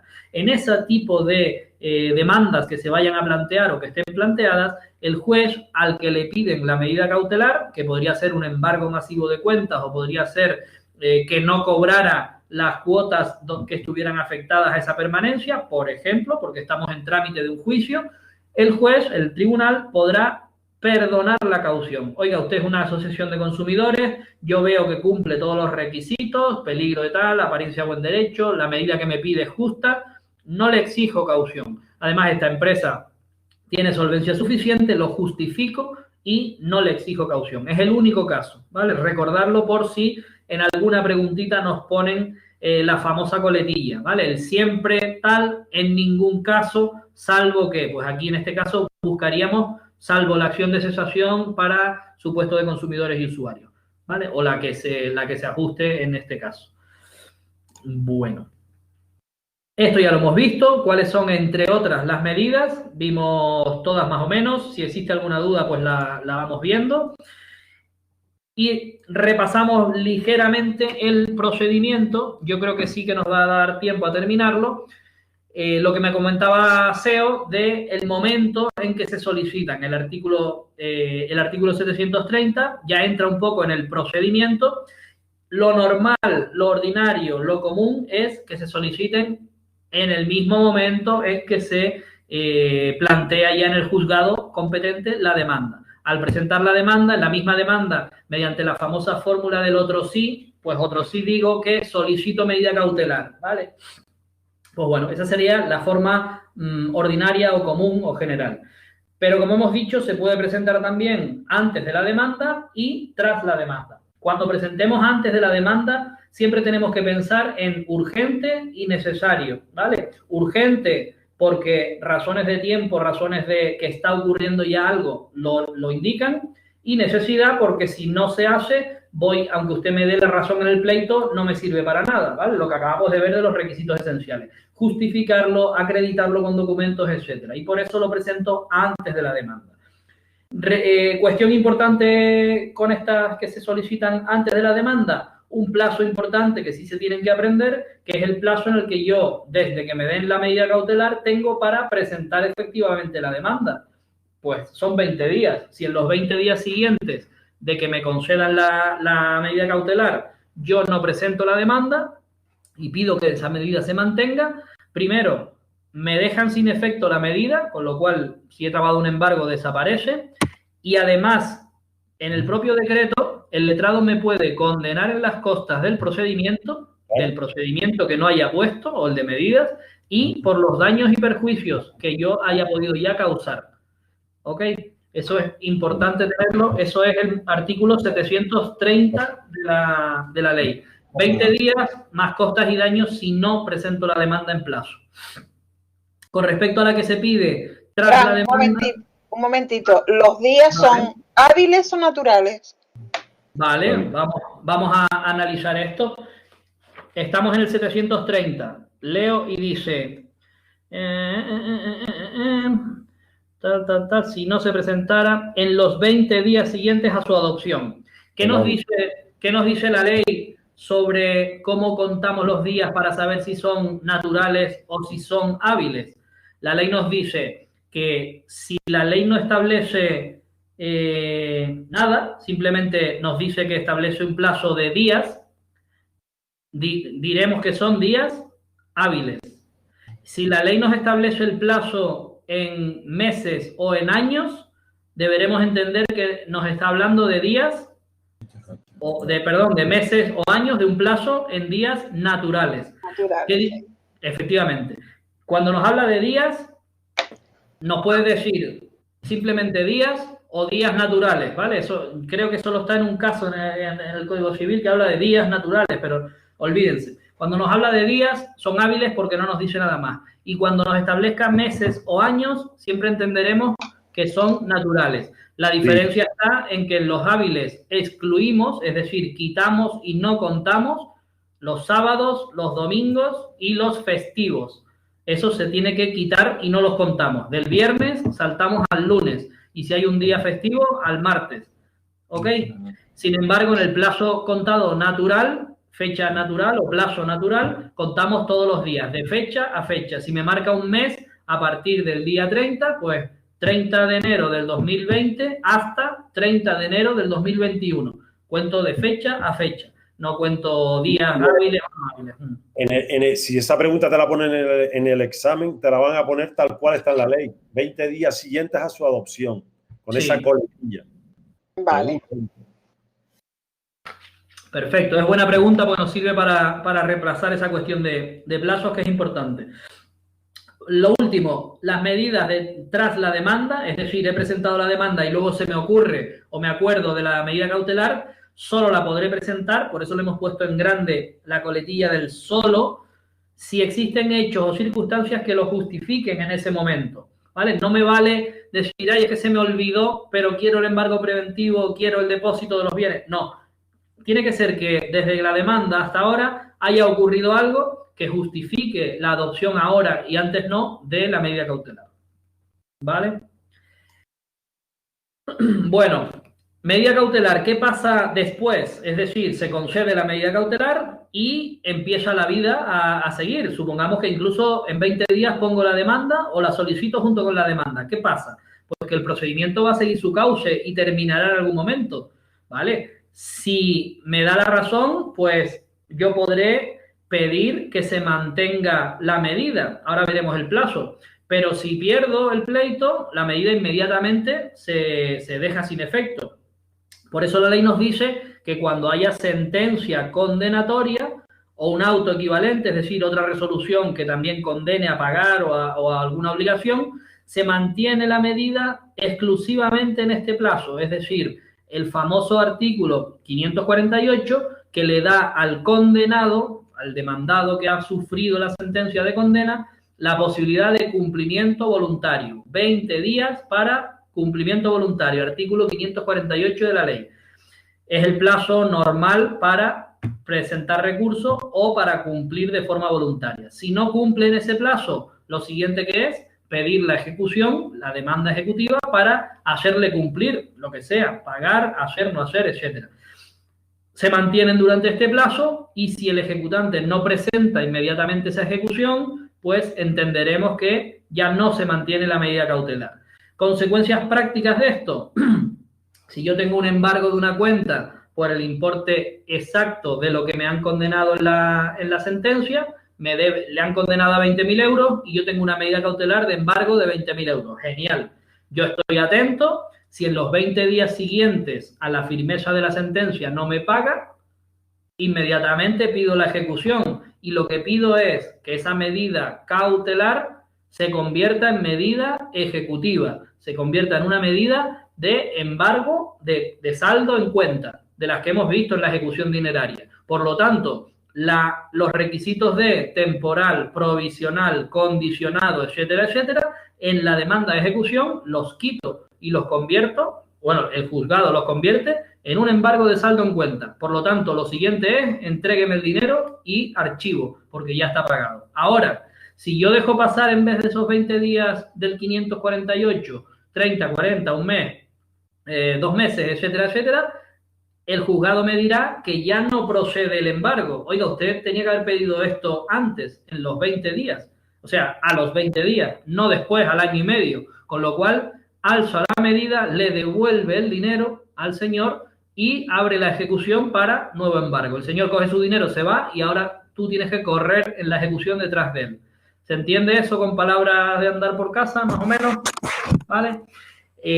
La ley solo marca por un lado el plazo de 20 días y por otro que se alzan si no se pide ejecución, o sea que habrá que estar atentos para presentar la demanda de ejecución al día siguiente de esos 20 días, ¿vale? Esto los abogados lo suelen tener en cuenta para que ese embargo se mantenga durante la ejecución. Bueno, por otro lado también está otro articulito que dice pues simplemente que si el proceso por culpa del que pidió la medida cautelar se alarga mucho en el tiempo, pues para más de 6 meses, ¿vale? No se continúe con las medidas cautelares. Estamos hablando de que no ha llegado a sentencia todavía, pues yo qué sé, presenta un desistimiento parcial que tarda en tramitarse, no contesta alguna alegación que le hayan pedido, suspende varias veces el juicio. Si todo esto dura más de 6 meses, para no causar más daño al demandado, al que sufre la medida, se alzará la medida cautelar. Por eso esto también la parte lo tiene que controlar bastante. Bueno, el siguiente paso en el trámite es simplemente que se ha presentado la solicitud, daremos un traslado al demandado y ante su postura se va a producir una vista.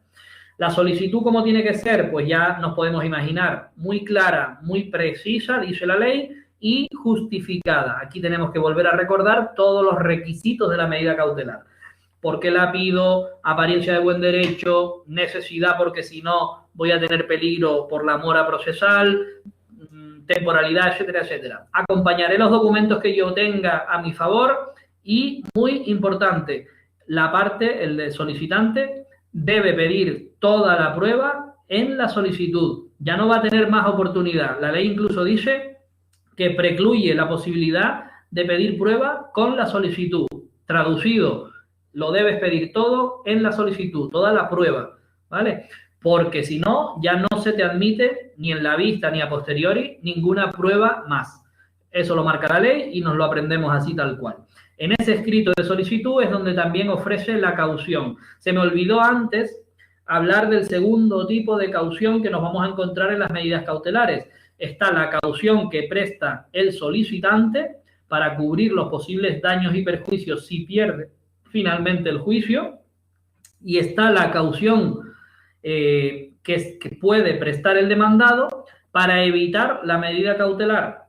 Es decir, yo no quiero que me embarguen los 7 camiones porque quiero seguir tramitando, pero ofrezco de forma de sustitución prestar dinero, por ejemplo, o ofrezco que se me embargue una finca que vale incluso más que los 7 camiones.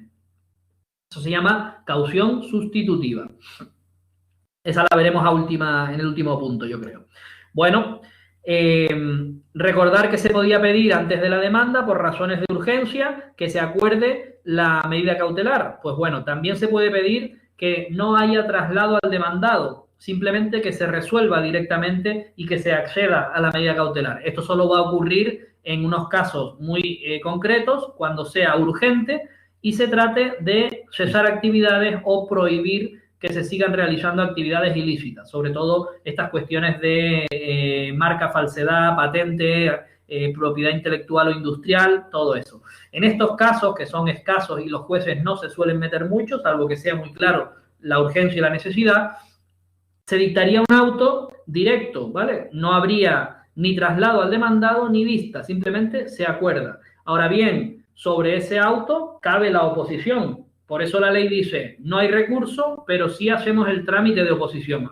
Pero ya tengo funcionando la medida, ¿vale? Por ejemplo, le hemos dicho al almacén que fabrica ropa copiada de Adidas o de Nike o de Lacoste que deje inmediatamente su actividad, cierre el local y lo presinte, se lo presentamos. Lo llevo a efecto, no hay recurso, eso empieza a funcionar, esa medida, ya se paraliza esa actividad, pero el almacén se puede oponer, ¿vale? Realizar el trámite de oposición a la medida. ¿Se entendió más o menos cómo funciona? Bueno, seguimos avanzando. Hemos recibido la solicitud con la documentación, se admite a trámite. Lo siguiente es señalar en el plazo de 5 días, convocar, dice la ley, una vista. Esta vista va a seguir en parte el trámite de juicio verbal, es una vista muy sencilla. Nos marca un plazo de los 10 días siguientes, ¿vale? El letrado convoca en 5 y la vista la señalo a 10 días vista. Bien, el trámite, como digo, muy parecido a una vista de juicio verbal. Se expone por las partes las alegaciones, que ya las tenemos en los respectivos escritos.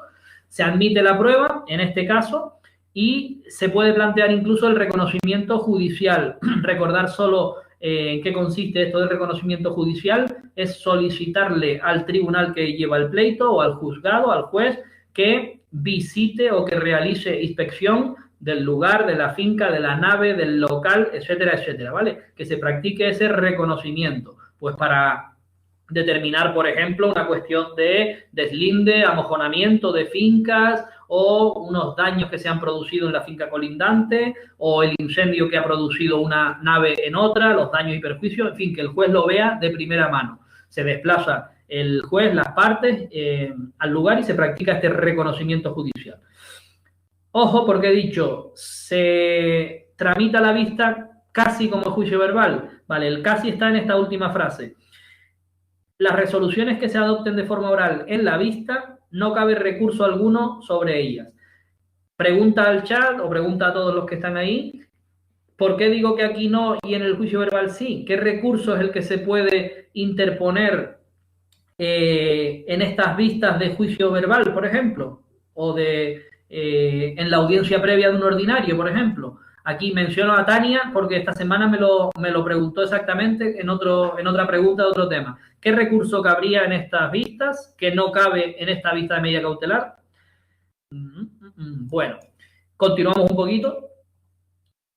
Una vez que se practica la vista, queda admitida y practicada la prueba, como sin conclusiones, simplemente nos quedaría visto para resolución. En este caso no hay sentencia, sino que termina, como hemos estado viendo, con un auto que simplemente puede decir que se acuerda la medida o las medidas cautelares o bien que se deniegan. Pues perfecto, nos podemos encontrar con las dos posibilidades, saber que es un auto y que en el caso de que acuerde las medidas sí que cabe recurso contra esa resolución y que el auto fija con mucha claridad en qué consiste la medida, cómo se va a hacer, cuánto tiempo dura, si es dinero, la cuantía por la que se acuerda el embargo o el depósito o la consignación.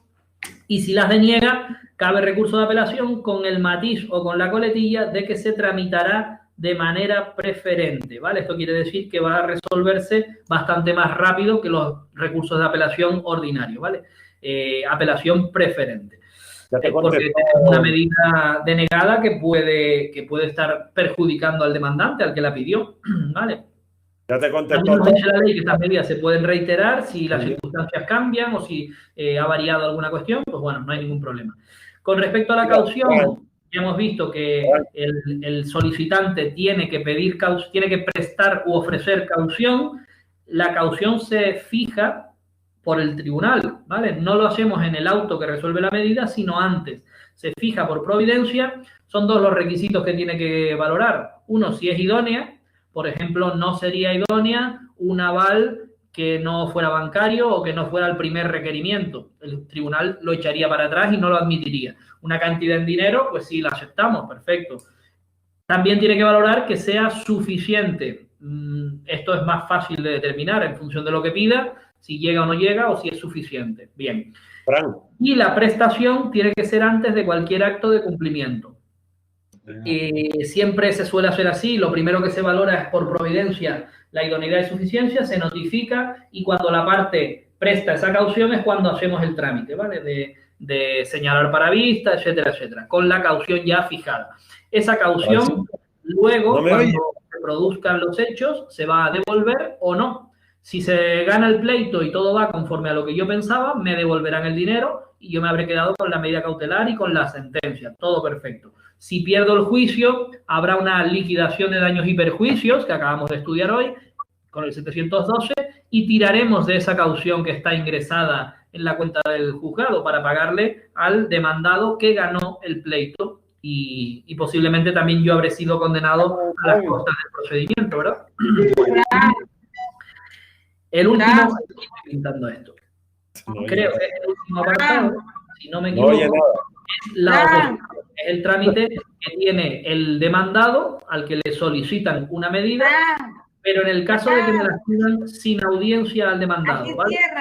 Me piden unas medidas cautelares urgentes, justificadas, ¿vale? Y yo tengo la posibilidad de oponerme, aunque el juez resuelva directamente por ahí. Háganle la señal de tiempo de los fútbol, de los campos de fútbol. Desde el auto. El auto por el que acordó la medida, ¿verdad? La acordó sin darme traslado de la medida, sin dejarme oponerme. La acordó directamente. Yo estoy sufriendo esa medida de precinto, de embargo, de lo que sea, y tengo 20 días para oponerme. En ese escrito de oposición impugnaré los hechos del escrito de la medida, alegaré todos los hechos y razones a mi favor, es decir, por qué no procede la medida cautelar, y ofreceré la famosa caución sustitutoria. Si quiero, ¿vale? Si quiero, ofrezco no me embargue esto, no me cierre el local, no me prohíba determinada cuestión, yo ofrezco consignar este dinero, ofrezco... Dime, Javi.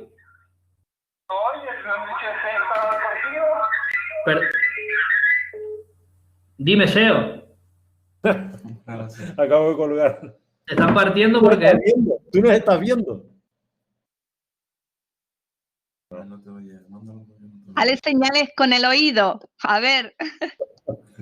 Es que no nos ve tampoco. Posición. Cogió carrerilla. ¿Tú oyes, Fran? ¿Qué? Que no nos estás escuchando. O sea, te estoy diciendo Fran, y ella, Fran, y tú. Pero espérate. Tú nos estás viendo. A Javi sí lo veo y a ti también. ¿No me viste haciendo así con las manos que parara? No, es que no veo la pantalla. ¿Me oyes ahora? Espérate un momento. ¿Me oyes? ¿Tú me oyes a mí? Yo te oigo a ti perfecto. El que no oye eres tú. Espera.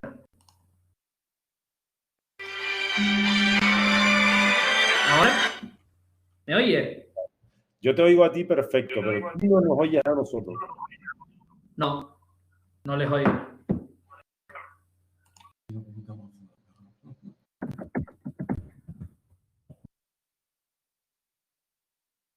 ¿Me oyen? Nosotros a ti te oímos. Ustedes a mí sí, ¿por qué no les oigo yo? A nosotros sí que no nos oye. ¿Tiene volumen de los cascos? Ahora sí te oigo, Javi. Claro, tenía volumen de los cascos mal. Hola, hola. Hola. Hola, hijos de puta. Ahora nos oye. Menos mal que no escuchaste lo que decíamos, Fran. Menos mal. Tenía los cascos mal puestos. Vale. Ahora sí, perdón. ¿Qué pasó? Qué bueno. Bueno, está bien.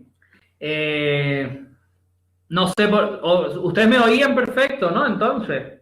Sí, perfecto. todo. Estaba tratando de decir que Vale. había una pregunta tal y Vale. Yo es que cuando cojo carrerilla ya no paro ya.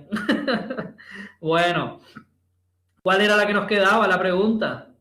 la pregunta es, te contestaron que qué recurso cabía en la audiencia ordinaria, Vale, te contestaron sí. bien con la reposición.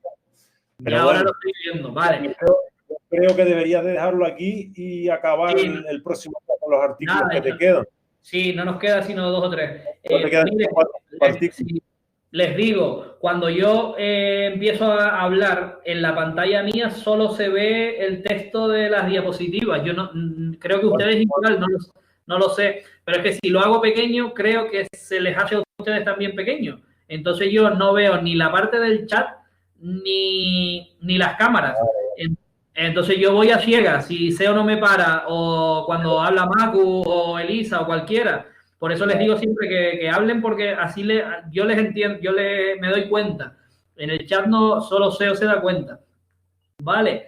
Y nada, y cabrones de reírse del profe. Bien, te perdonamos, no te preocupes. Muy bien. Bueno, Te cantamos una canción, Fran, y todo. No te muy enteras. bien. Nada, hicieron de toda mi espalda. Decirles que algunos se incorporaron tarde, que la próxima semana tenemos clase el martes y jueves. Martes y jueves, sí. Y que el jueves vamos a hacer los 3/4 de hora últimos o la media hora, ya veremos cómo lo llevamos. Y vamos a empezar la próxima semana también. Terminamos los articulitos que nos quedan de medidas cautelares y empezamos con los temas 25, 26, 27, 28. Vale. Exacto. El examen ese que vamos a hacer el jueves lo vamos a hacer del tema 17 y de los temas 6, 7 y 8. Vale, va a ser un combinadillo de 40 preguntas y... Sí, a ver si conseguimos que se pueda hacer como si fuera en directo, pero está complicado. Si no, lo haremos en la plataforma y lo vemos sobre la marcha a través de aquí de la sesión. Ya lo vamos viendo.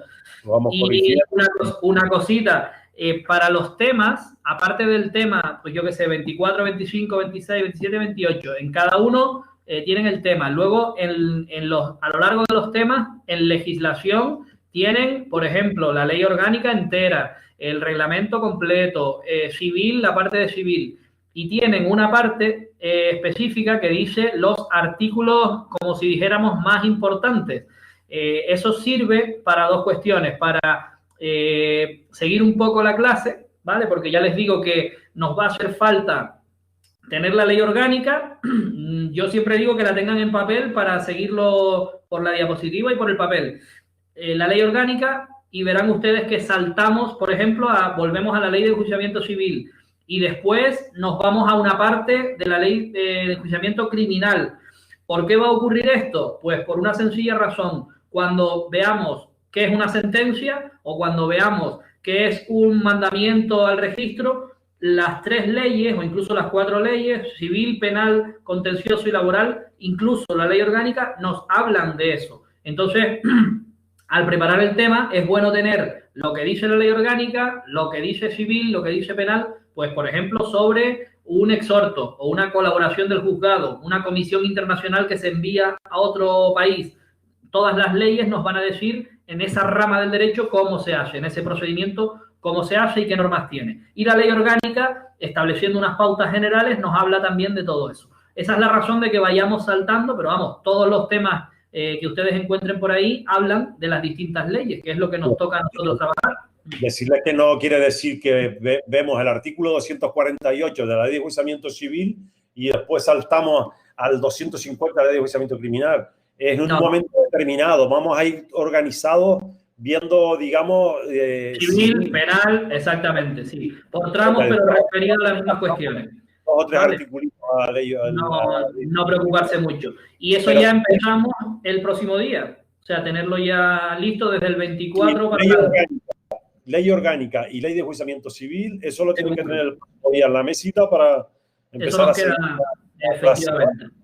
Vale. Una pregunta, al final, ¿qué es? ¿Reposición solo o reposición y protesta? El recurso.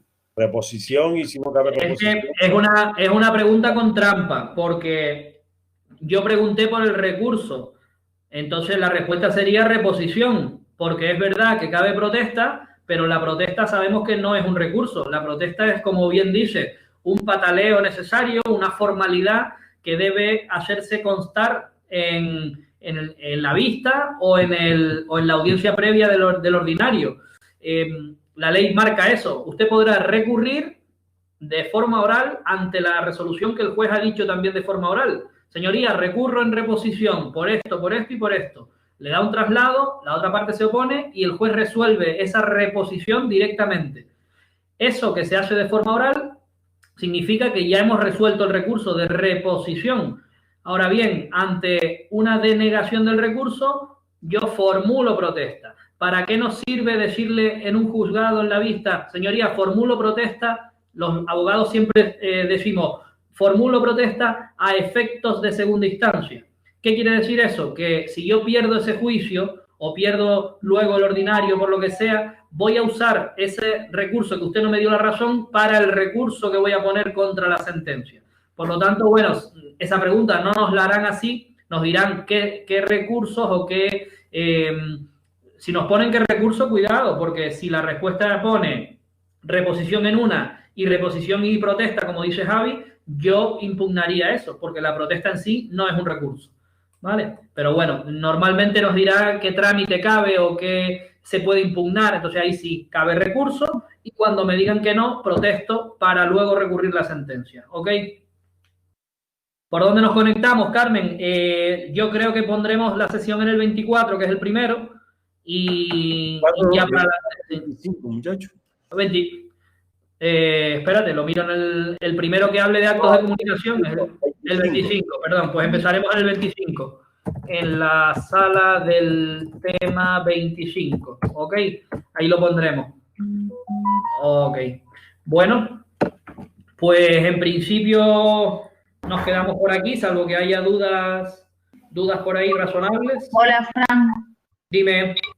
Tengo duda con el Venga. artículo 721 cuando dijiste de que las medidas cautelares solo Sí. no podían estar en ningún caso de oficio por el tribunal.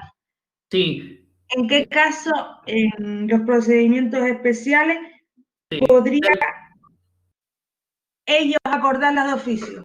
Sí, yo creo que en las diapositivas pusimos algún ejemplo, pero, por ejemplo, cuando hablamos de capacidad, en los procesos especiales de capacidad, no sé si es el 760 y algo, te lo pone. 768, si no me equivoco, lo voy a mirar. Y te lo digo, espera, aquí también lo tengo. Déjame hacer esto grande. En los especiales se puede acordar de oficio, hay un articulito que te lo pone. Antes de la demanda, hechos. Momento.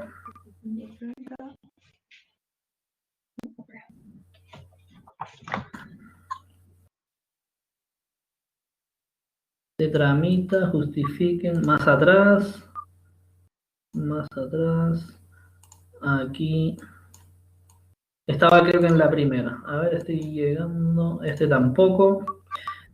Ah, mira, 768, 762.1. Si vas a esos articulitos, 762, por ejemplo, en cuanto a medidas cautelares específicas en todos los procedimientos de capacidad, filiación, capacidad de las personas.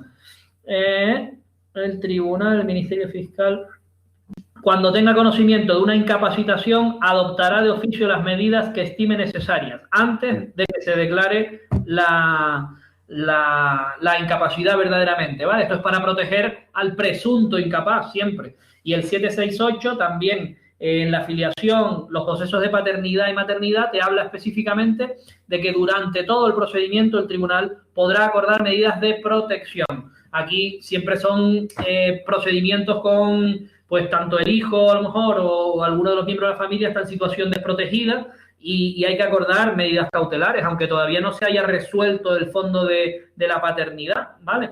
Pues en esos casos se puede. Ok, gracias. Vale. ¿Qué más cositas quedan por aquí? Vale, Silvia, Patri, Javi, nos vemos. Eva, Jero. Muy bien. Y Carmen Tella también. Estudien, que ya nos están avisando de alguna fecha. Estudien mucho. Hasta el martes, Idafe, vale, Tania. Los que están empezando, pues tranquilidad con el ritmo y ya verán que la primera vuelta nos va dando un montón de conceptos sobre todo. Venga, Yaisa, bueno, Rosa, nos vemos, y Noemí también. Elisa, nos vemos. Bueno. Chao a todos.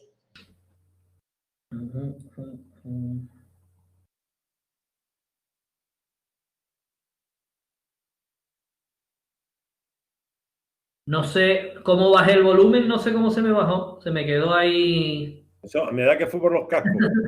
Sí, a lo mejor es que como tengo aquí esto que controla el volumen, a lo mejor con la propia esta le di y se me quedó. Pero bueno, de nada, de cautelares nos queda. Apaga la grabación. Sí, ok.